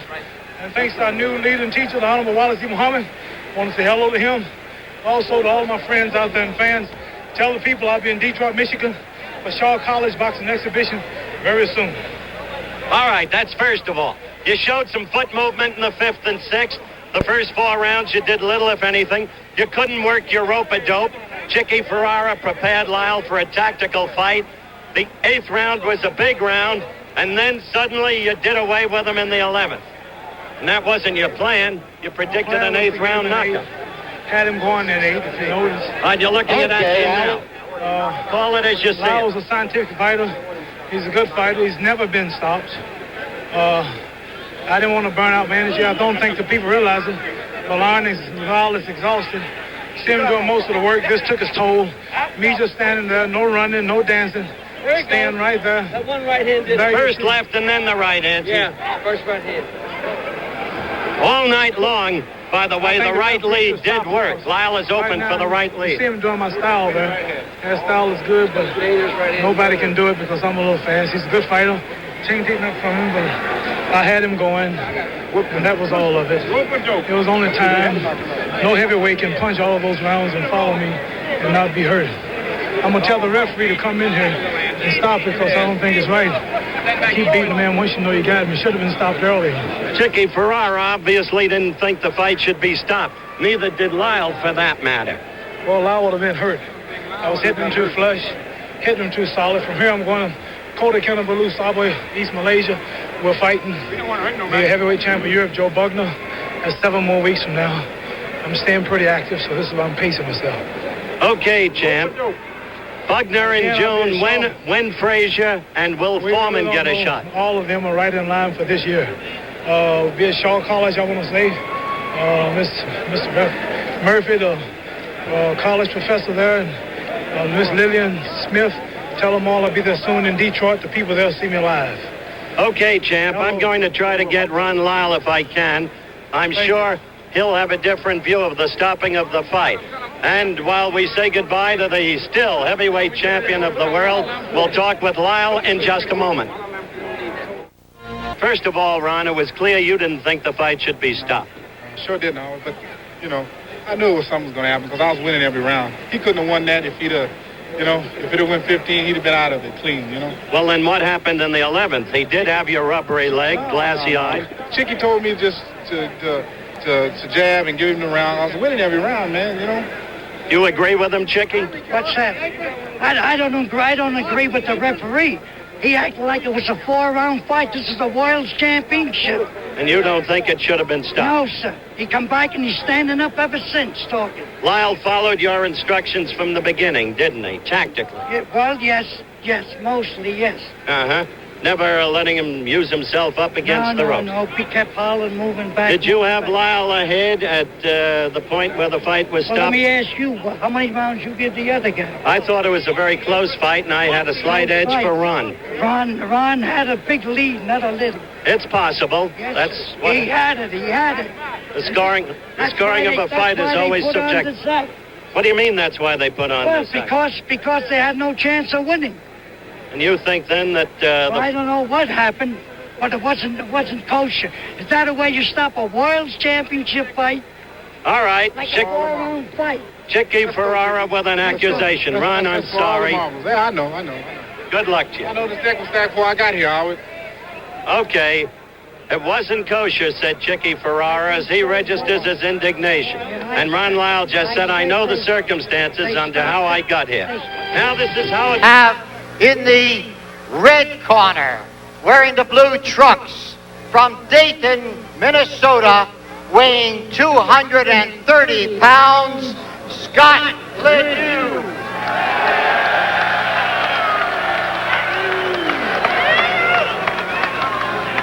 Scott Ledoux's record is 28 victories, 8 defeats, 5 draws. There were 18 KOs in the 28 victories. In the blue corner, wearing white trunks from Louisville, Kentucky, weighing 231 pounds, Greg Page. Greg Page's record is 17 victories, no defeats, of which 15 were KOs. This is a 12-round fight. And now the instructions from Zach Clayton, a very experienced referee. Good clean win, that I will have. Coleman Scott, let's listen to my instructions. In the event of a knockdown, the fellow getting knocked down must take an 8-second count. Kneeling or standing, it makes no difference. The fellow scoring that knockdown, go to the furthest corner. Remain there till I tell him to come out fighting. You come out before I tell you to come out and chase you back.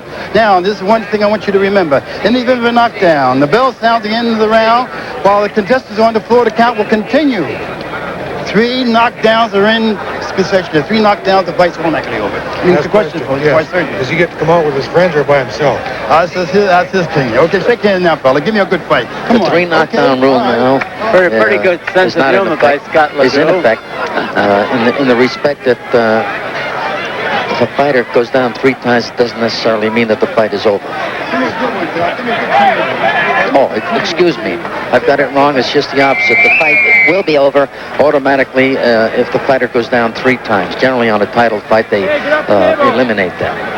As Davey told you a while ago, Zach Clayton is a veteran referee. Years ago, he played with the Harlem Globetrotters. He's still got the old legs. He can maneuver around that ring pretty good. Greg Page, gloves down at his side. Scott Ledoux the same. Page giving it to Muhammad Ali as the bout gets underway, and he rouses the crowd. Scott Ledoux is tough. Greg Page is really a replica of a young Muhammad Ali. Well, Scott Ledoux is getting hit by those jabs thrown by Greg Page. Except for those few. It is tough, however. I think he can beat Scott Ledoux with a left jab out boxing, but I don't think he can hurt him with it. He'll take a right hand or a left hook to bother Ledoux. He's been jabbed by the best of them. One thing I know that Greg Page has good right hand, good combination. Quick reflexes. quick reflexes by Greg Page. Scott Ledoux took his eyes off his opponent there, and he got tagged for it. I tell you, that looked like about Greg Page's best shots, and it didn't even bother Scott Ledoux. I think Page is in there to put on a show. One thing I put it on already. One thing I noticed that when Scott Ledoux threw his punch, he closed his eyes, and that's when he got nailed. Just before that, Greg Page was looking out into the audience, but Scott Ledoux didn't seem to notice it. To take a good close look at his left eye, underneath the eye, it's starting to color up a little bit. And you mean Ledoux? Yes, on the left eye, and it's the same eye that Larry Holmes worked over when he fought him. It was a bad eye injury. It's the reason I stopped the fight, as a matter of fact. Well, we'll keep an eye on that, Davey. Page apparently has seen it. He's shooting that left hand at it. About a minute to go in the round. It's a 12-round bout for the USBA Championship, United States Boxing Championship. I see that Page can throw them long. A solid jab he throws. He can throw them long or he can throw them short. And he can turn that jab into a hook. Well, he's got Scott Ledoux backing up somewhat. But Scott Ledoux is something. He'll be in there fighting the whole time. Zach Clayton told Ledoux to keep the punches up. The only way he can hit Page right now is in the back.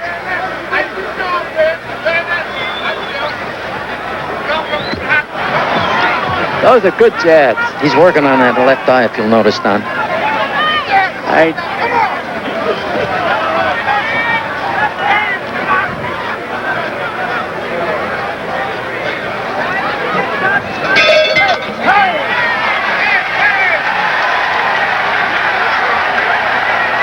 Well, that was a fast round. Left to the belly and right hand to the head. Overhand right. Here's the combination that Scott Ledoux got hit with.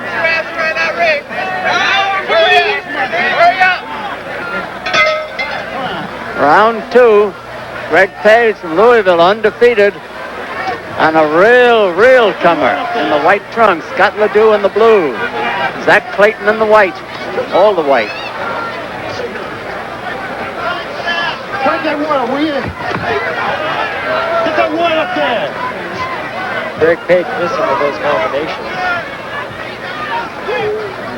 He's got his arms down awfully low. His gloves down at the sides.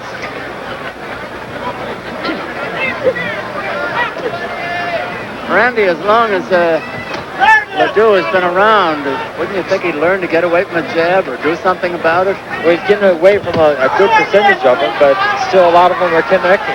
I think he's just so intent with connecting with that one punch, he's not worried about his jab. That's right. He seems to be a one-punch-minded fighter. He'll take 10 to land one, Don. Pardon? And he'll take 10 to land one. Yes. And I don't know if he can last that long doing that. Well, we don't know if his eye will last that long. We know he can. Just get his eyes. Ledoux shaking his head. And Page mimics him. There's that right-hand punch. Greg Page is doing the Muhammad Ali, only he's doing it better. But he's got a perfect foil in Scott Ledoux.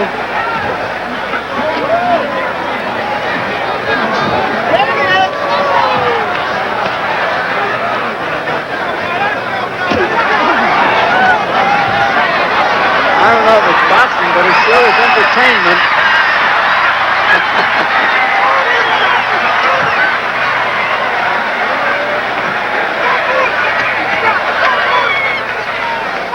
Well, one thing I do know about this fight, they both do not like each other. There he goes. Ledoux is down from that quick punch.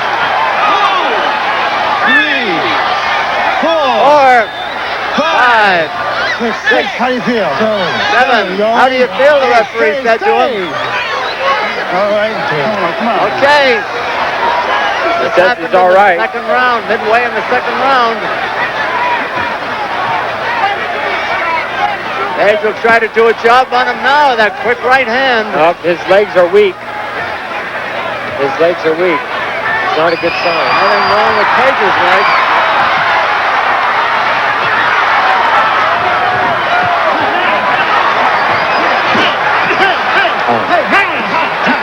Driving punches. Page is doing a number on him inside, too. The referee's doing a good job of breaking these Ledoux is guys. wobbly. He's very wobbly. His legs are weak. Another good right would finish him. He'll come close to it.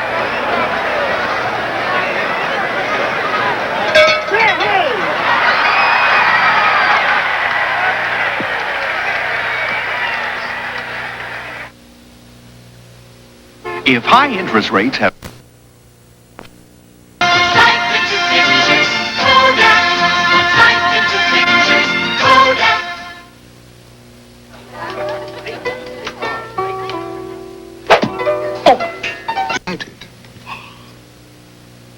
Sell dollars. We've got $100 million to dump. Rollover. We're playing the classic scene, aren't we?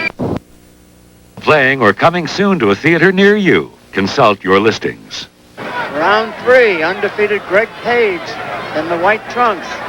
Scott Ledoux, the journeyman fighter, with the fighting Frenchman on his blue trunks. He was down in the second round. Let's see the effects of it.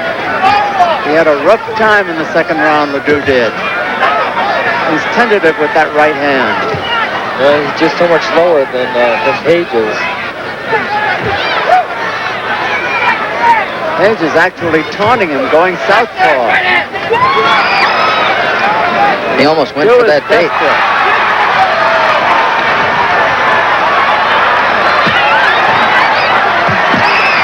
Ledoux can't take much more of that. At least I don't think so.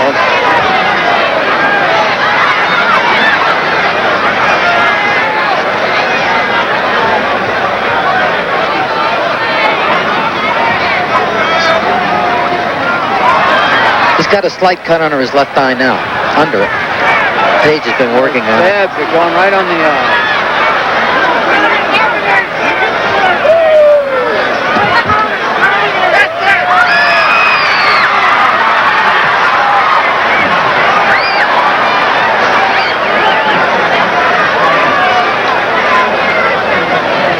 It's been no contest so far, and we're in round 3.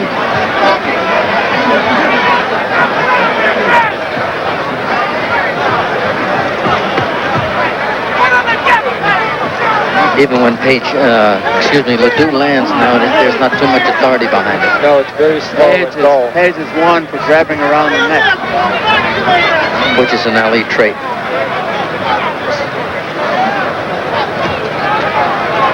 Grazing punches or missing.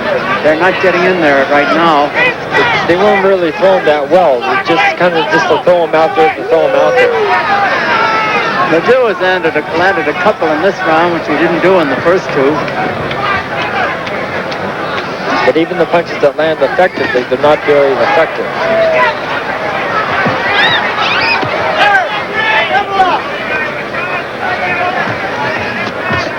I'll say this about Ledoux. He's got no sense of humor. He doesn't think this is funny.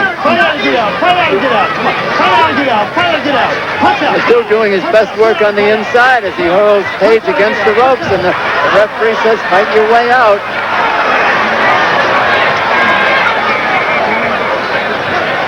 You can see the blood from that cut near the left eye of Scott Ledoux. Tripping down a little bit. Yeah, it's fortunate that it's under his eye instead of over. Oh, another one.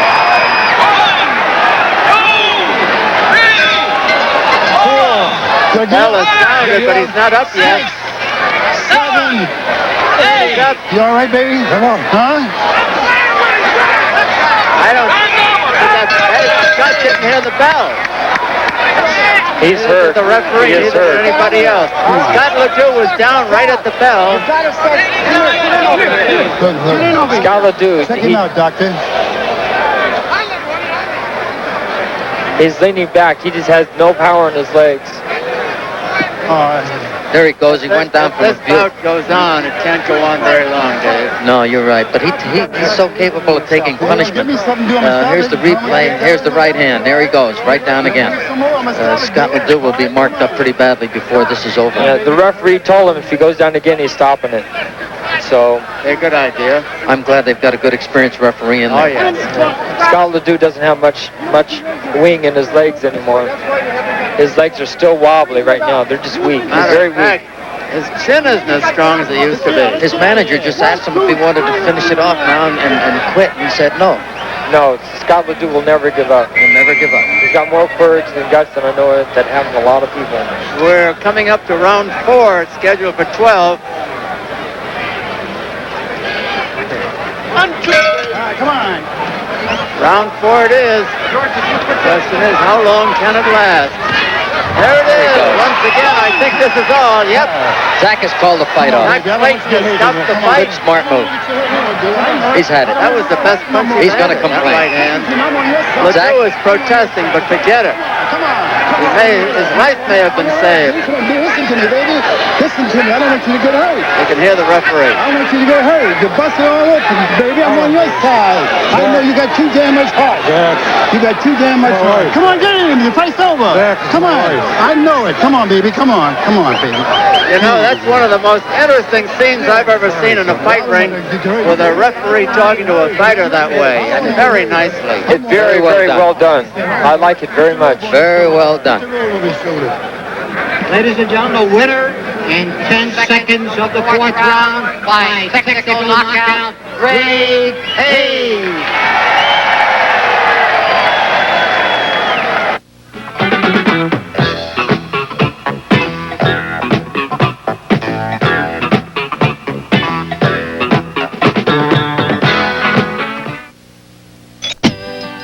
WBC regulations. However, the 3 knockdown rule not in effect here, meaning that the referee's discretion will determine whether or not he can go past 3 knockdowns in a round. And Mugabi coming in at 153 and a half, Thomas at 152 and a quarter. Somewhat of a surprise for both of them to make the weight as easily as they did. And Mugabi coming all the way down from 186 pounds. He ballooned up that high following his loss to Marvin Hagler. And now let's take you to our ring announcer, Chuck Hull. Ladies and gentlemen, the officials assigned by the Nevada State Athletic Commission for the next bout of the evening. The judges are Spider Bynum of Texas, Miguel Donati of Puerto Rico, and Gerrie Roth of Nevada. Your referee is Carlos Padilla. Representing the WBC at ringside is Mr. Bobby Lee of the state of Hawaii. This is the main event of the evening. 12 rounds of boxing for the vacant WBC Super Welterweight Championship of the world. Introducing, in the red corner, fighting out of Detroit, Michigan, weighing 152 1/4 pounds, with a professional record of 28 wins, 1 defeat, with 20 KOs. He is ranked number 2 in the world by the WBC. Ladies and gentlemen, here is Duane Thomas. And in the blue corner, fighting out of Kampala, Uganda, and Tampa, Florida, weighing 153 1/2 pounds. His professional record consists of 26 wins, 1 defeat, with 26 KOs. He is rated number 1 in the world by the WBC. Here is John, the Beast, Mugabi. If you have your applause meters out, that the better hand after the introductions came for John Mugabi. As we said, he made many friends despite his defeat at the hands of Marvin Hagler. There were many doubters about his inexperience having any shot at all against Hagler, and while he did ultimately get stopped by that great champion, he did indeed give Hagler quite a battle. Now, let's talk about the weight situation here, Gil. I feel Mugabi's probably best at 154 pounds. He has come back down to it after his try at the middleweight title, but what an effort to get there, and from a long way up, 186. Well, Tim, if he wanted to fight at 154, there's no way he should have gone up to 186 pounds. Unless he's superhuman, that has to take something out of him. It wasn't that long ago that he was 186. Well, and yet Becky Duff, his manager, insists he's in the best condition ever, and indeed says that he was not in the best of condition for the Hagler fight. We'll find out. Duane Thomas, 25 years of age, from Detroit. I think we're going to find out very, very early in this fight. I think one of the keys is going to be Thomas's ability to take the first couple of punches that John Mugabi hits him with. Mugabi, 26 years of age, silver medalist in the 1980 Olympics. A lot of people didn't know that or don't remember that fact. A fine amateur on the same team as Cornelius Boza Edwards from Uganda. Lost to that tough Cuban Aldama, and a lot of people thought he won the fight. He can rip him.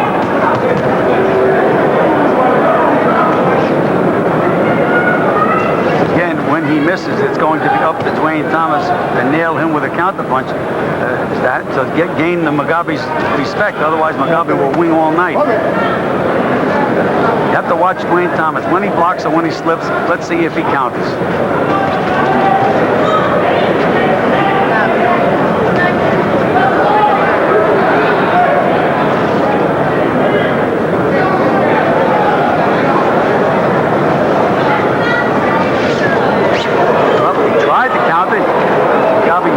Missed with a wide right hand, and Thomas tried to punch right back. Referee is Carlos Padilla. He will not score. 3 judges at ringside will do it. Spider Bynum from Dallas, Miguel Donate from Puerto Rico, and Gerrie Roth from Las Vegas. Tim, John Mugabi is a trainer's nightmare. He has so much punching ability, so much natural ability, but he makes so many basic errors.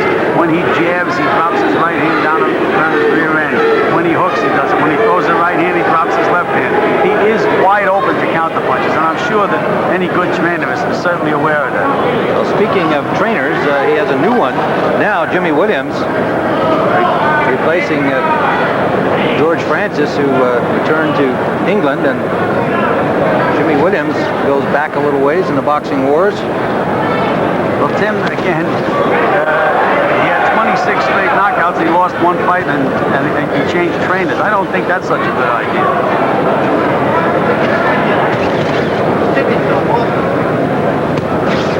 I think you will find, however, that as usual, it will be Mickey Duff who does most of the vocalizing between rounds. 30 seconds remain in round number 1. Remember, this is a 12-round. Good right hand by Duane Thomas. Beautiful right hand, Jim. John Mugabi looks twice the size of Duane Thomas physically, from the waist up. Look at that back on Mugabi. Coming to the end of round number 1. Mugabi in white, Thomas in gold. Fairly uneventful first round, and let's take this opportunity to go to our Michael Buffer visiting with Thomas Hearns. All right, I'm here at ringside with a very interested spectator. As a matter of fact, Thomas and Mugabi are fighting for his vacated title at 154 pounds. What's in the future for Thomas Hearns?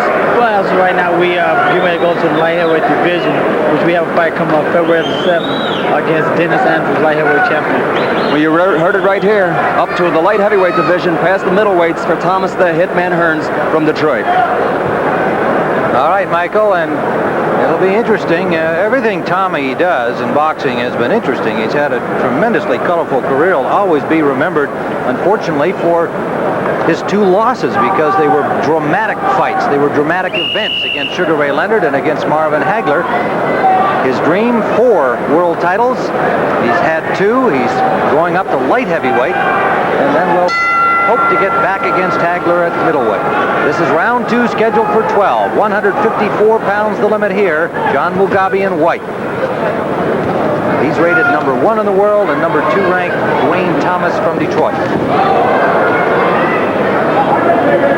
Mugabi throws punches at him from all angles. I mean, he has very, very fast hands and a lot of snap on his punches.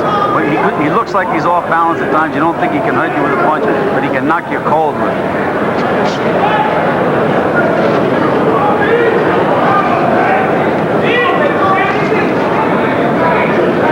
Again, Mugabi threw a wide right hand, left himself wide open, but Duane Thomas did not counter punch or try to take advantage of it. Fighting a very patient fight. There you go.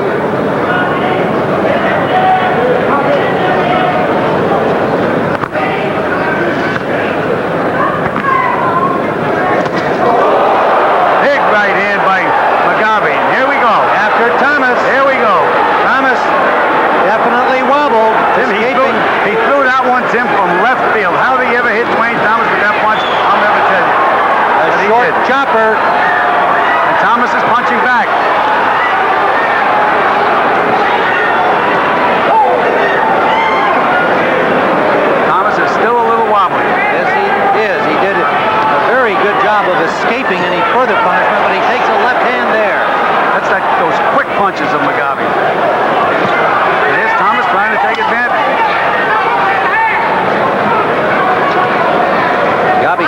push him into punching range.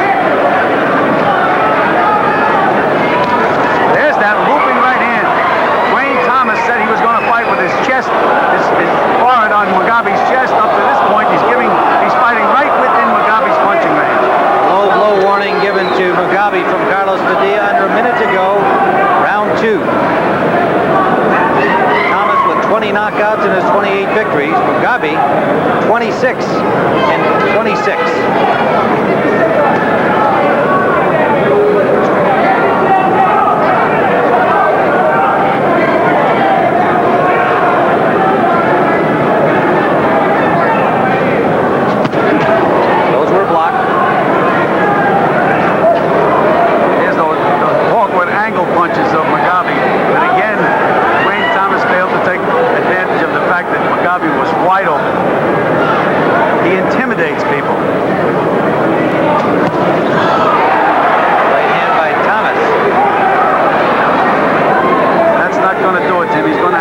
Mugabi to the punch. Got to nail Mugabi when Mugabi's punching.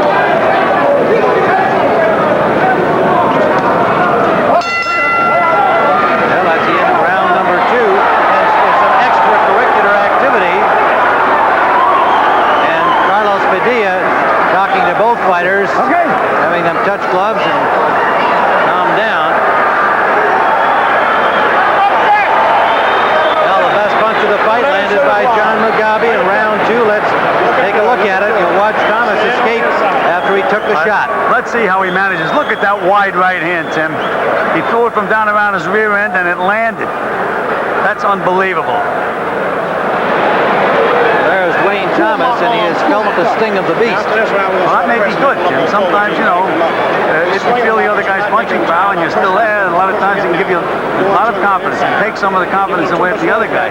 I'm sure Mugabi has hit guys with that punch and they've gone and taken 10. And here's Thomas still there, still punching back. Looking good, Duane. Hang a bit.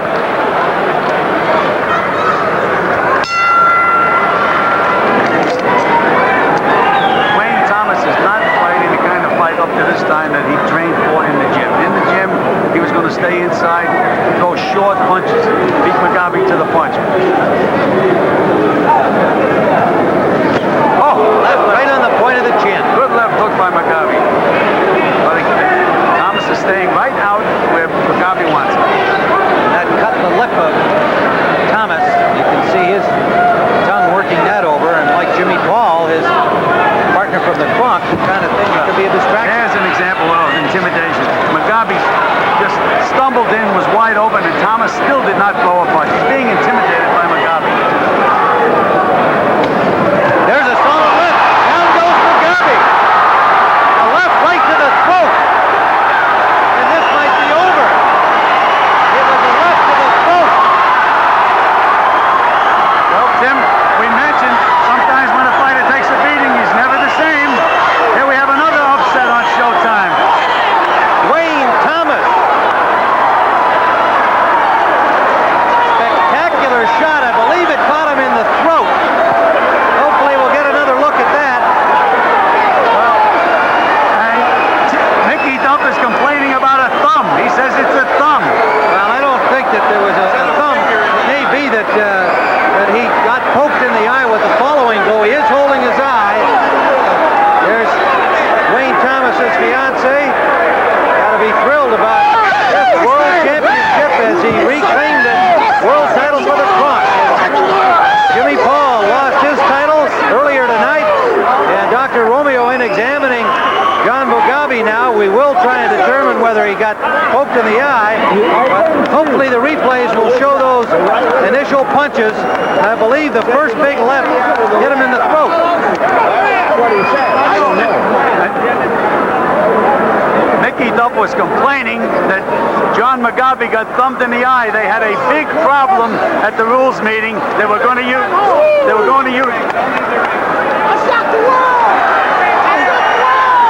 Duane Thomas. He couldn't be happier. Now let's see what happened. Let's try to see the punch. There it was. It looked like it hit him right in the left eye. Looked like it was a left hook in the left eye, and then once he's hurt, he just covers up, turns his back. Once you turn your back, the fight should be over. And yes, he's grabbing that eye. He looks like his eye is bothering him. Now, Mickey Duff was complaining. Let's take another look at it. Let's see where the punch landed. Again, it looks like he hit him in the left eye. Now, they were at the rules meeting, they had a big problem about the gloves. They wanted to use gloves that had a tab to hold the thumb in so that the fighter couldn't get thumbed. And guess who objected? Mickey Duff, the manager of Mugabi, said his fighter did not train with gloves that had a tab. He did not want the tab. And there's Duane Thomas with his young son. Can you imagine, champion of the world with his son on his shoulders? And now let's go to Chuck Cole for the ring announcement. Ladies and gentlemen, referee Carlos Padilla stops the bout at 56 seconds of the third round. The winner and new WBC Super Welterweight Champion of the World, Duane Thomas.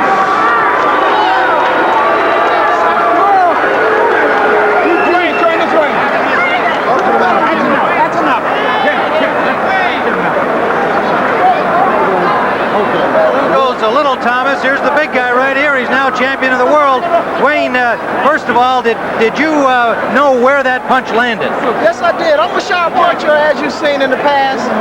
You know, I place my shots, but Mugabi, I know that he's a real high-energy type guy. And he did what I thought, that he would come out and start bombing at me right away. Cut my lip pretty good. He hit me with a good shot. Where did your punch land that it ended the fight, in your view? Well, it was the left hook right on the chin. My favorite shot. If I catch any fighter with that flush on the chin, they gotta go. Well, I thought it actually landed in about the neck. However, it appears on the replay that it landed in the eye, and that's what he's saying, that he was poked or at least hit in the eye. Clearly wasn't deliberate. Emmanuel Stewart, there's kind of an irony here. I understand there was a discussion about whether or not there would be tabbed gloves used, and as it's turned out here, it's the loser here, Mugabi, who may have been affected by that fact. The fact that they weren't tabbed. Well, it's a professional business, and we had no complaints, whichever, way it happened.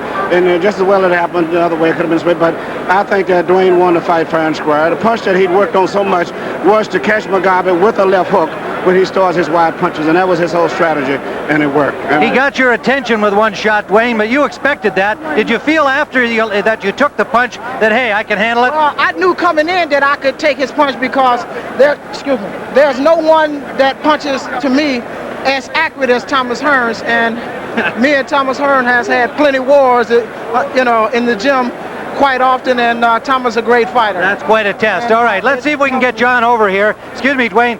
John, stay here, Duane. John Mugabi, Mickey.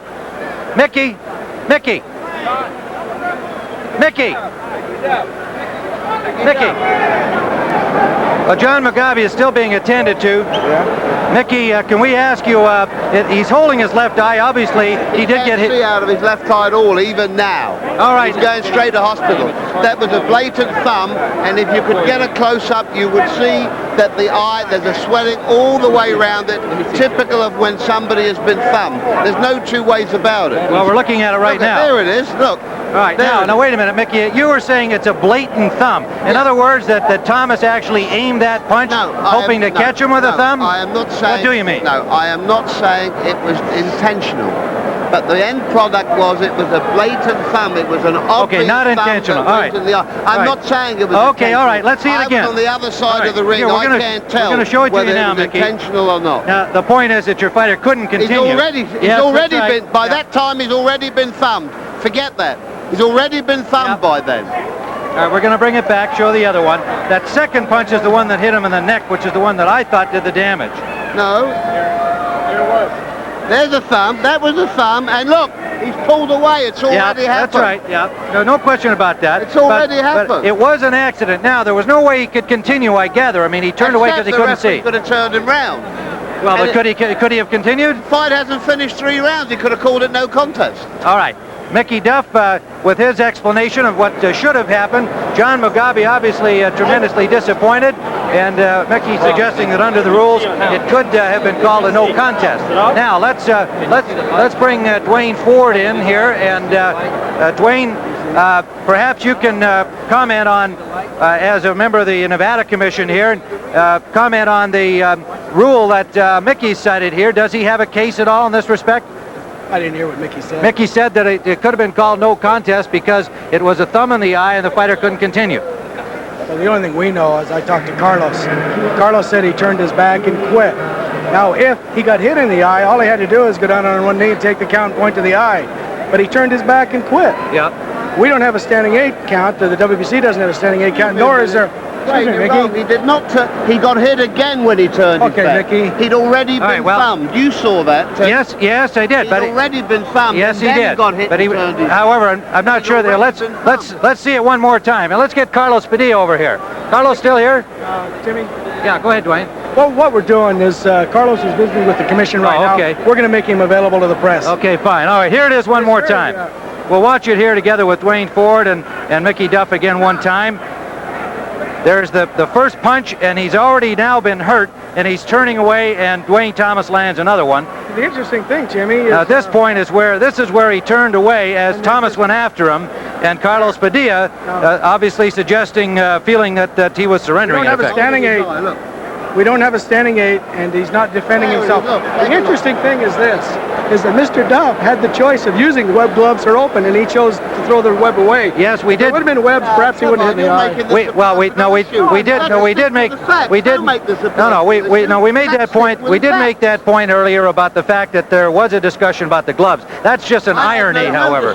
So that's only an unfortunate irony. John Mugabi, John, I know you must be very disappointed. Could you not see from the eye at all after you were hit? I can see, I'm telling you. Even now? Even now. All right. Now, is there hope on your part that you get to have this fight again? Well, this guy farmed me. I couldn't see. That's why I turned like this, because I couldn't see. Couldn't see. All right, John. All right, well, John Mugabi, an unfortunate finish here. A second-round victory for Duane Thomas.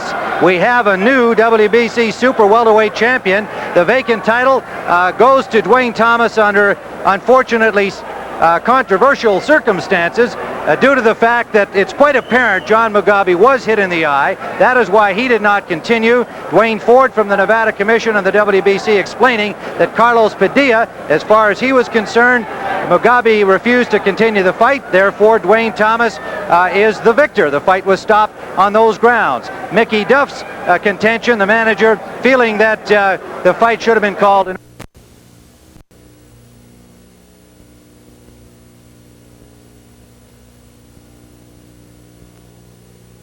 Last fight, and now you're going to see in the jab area that he landed only 7 jabs because Williams' jab was so good, and maybe that's a tip for Spinks to use his jab. And here is Michael Spinks, who has been more active as a light heavyweight, as you would expect, throwing around 60 punches around, landing an average of about 25. And there are his jabs, and he'll have to keep busy with the jab, Ray, I think, in order to fend off Holmes' jab.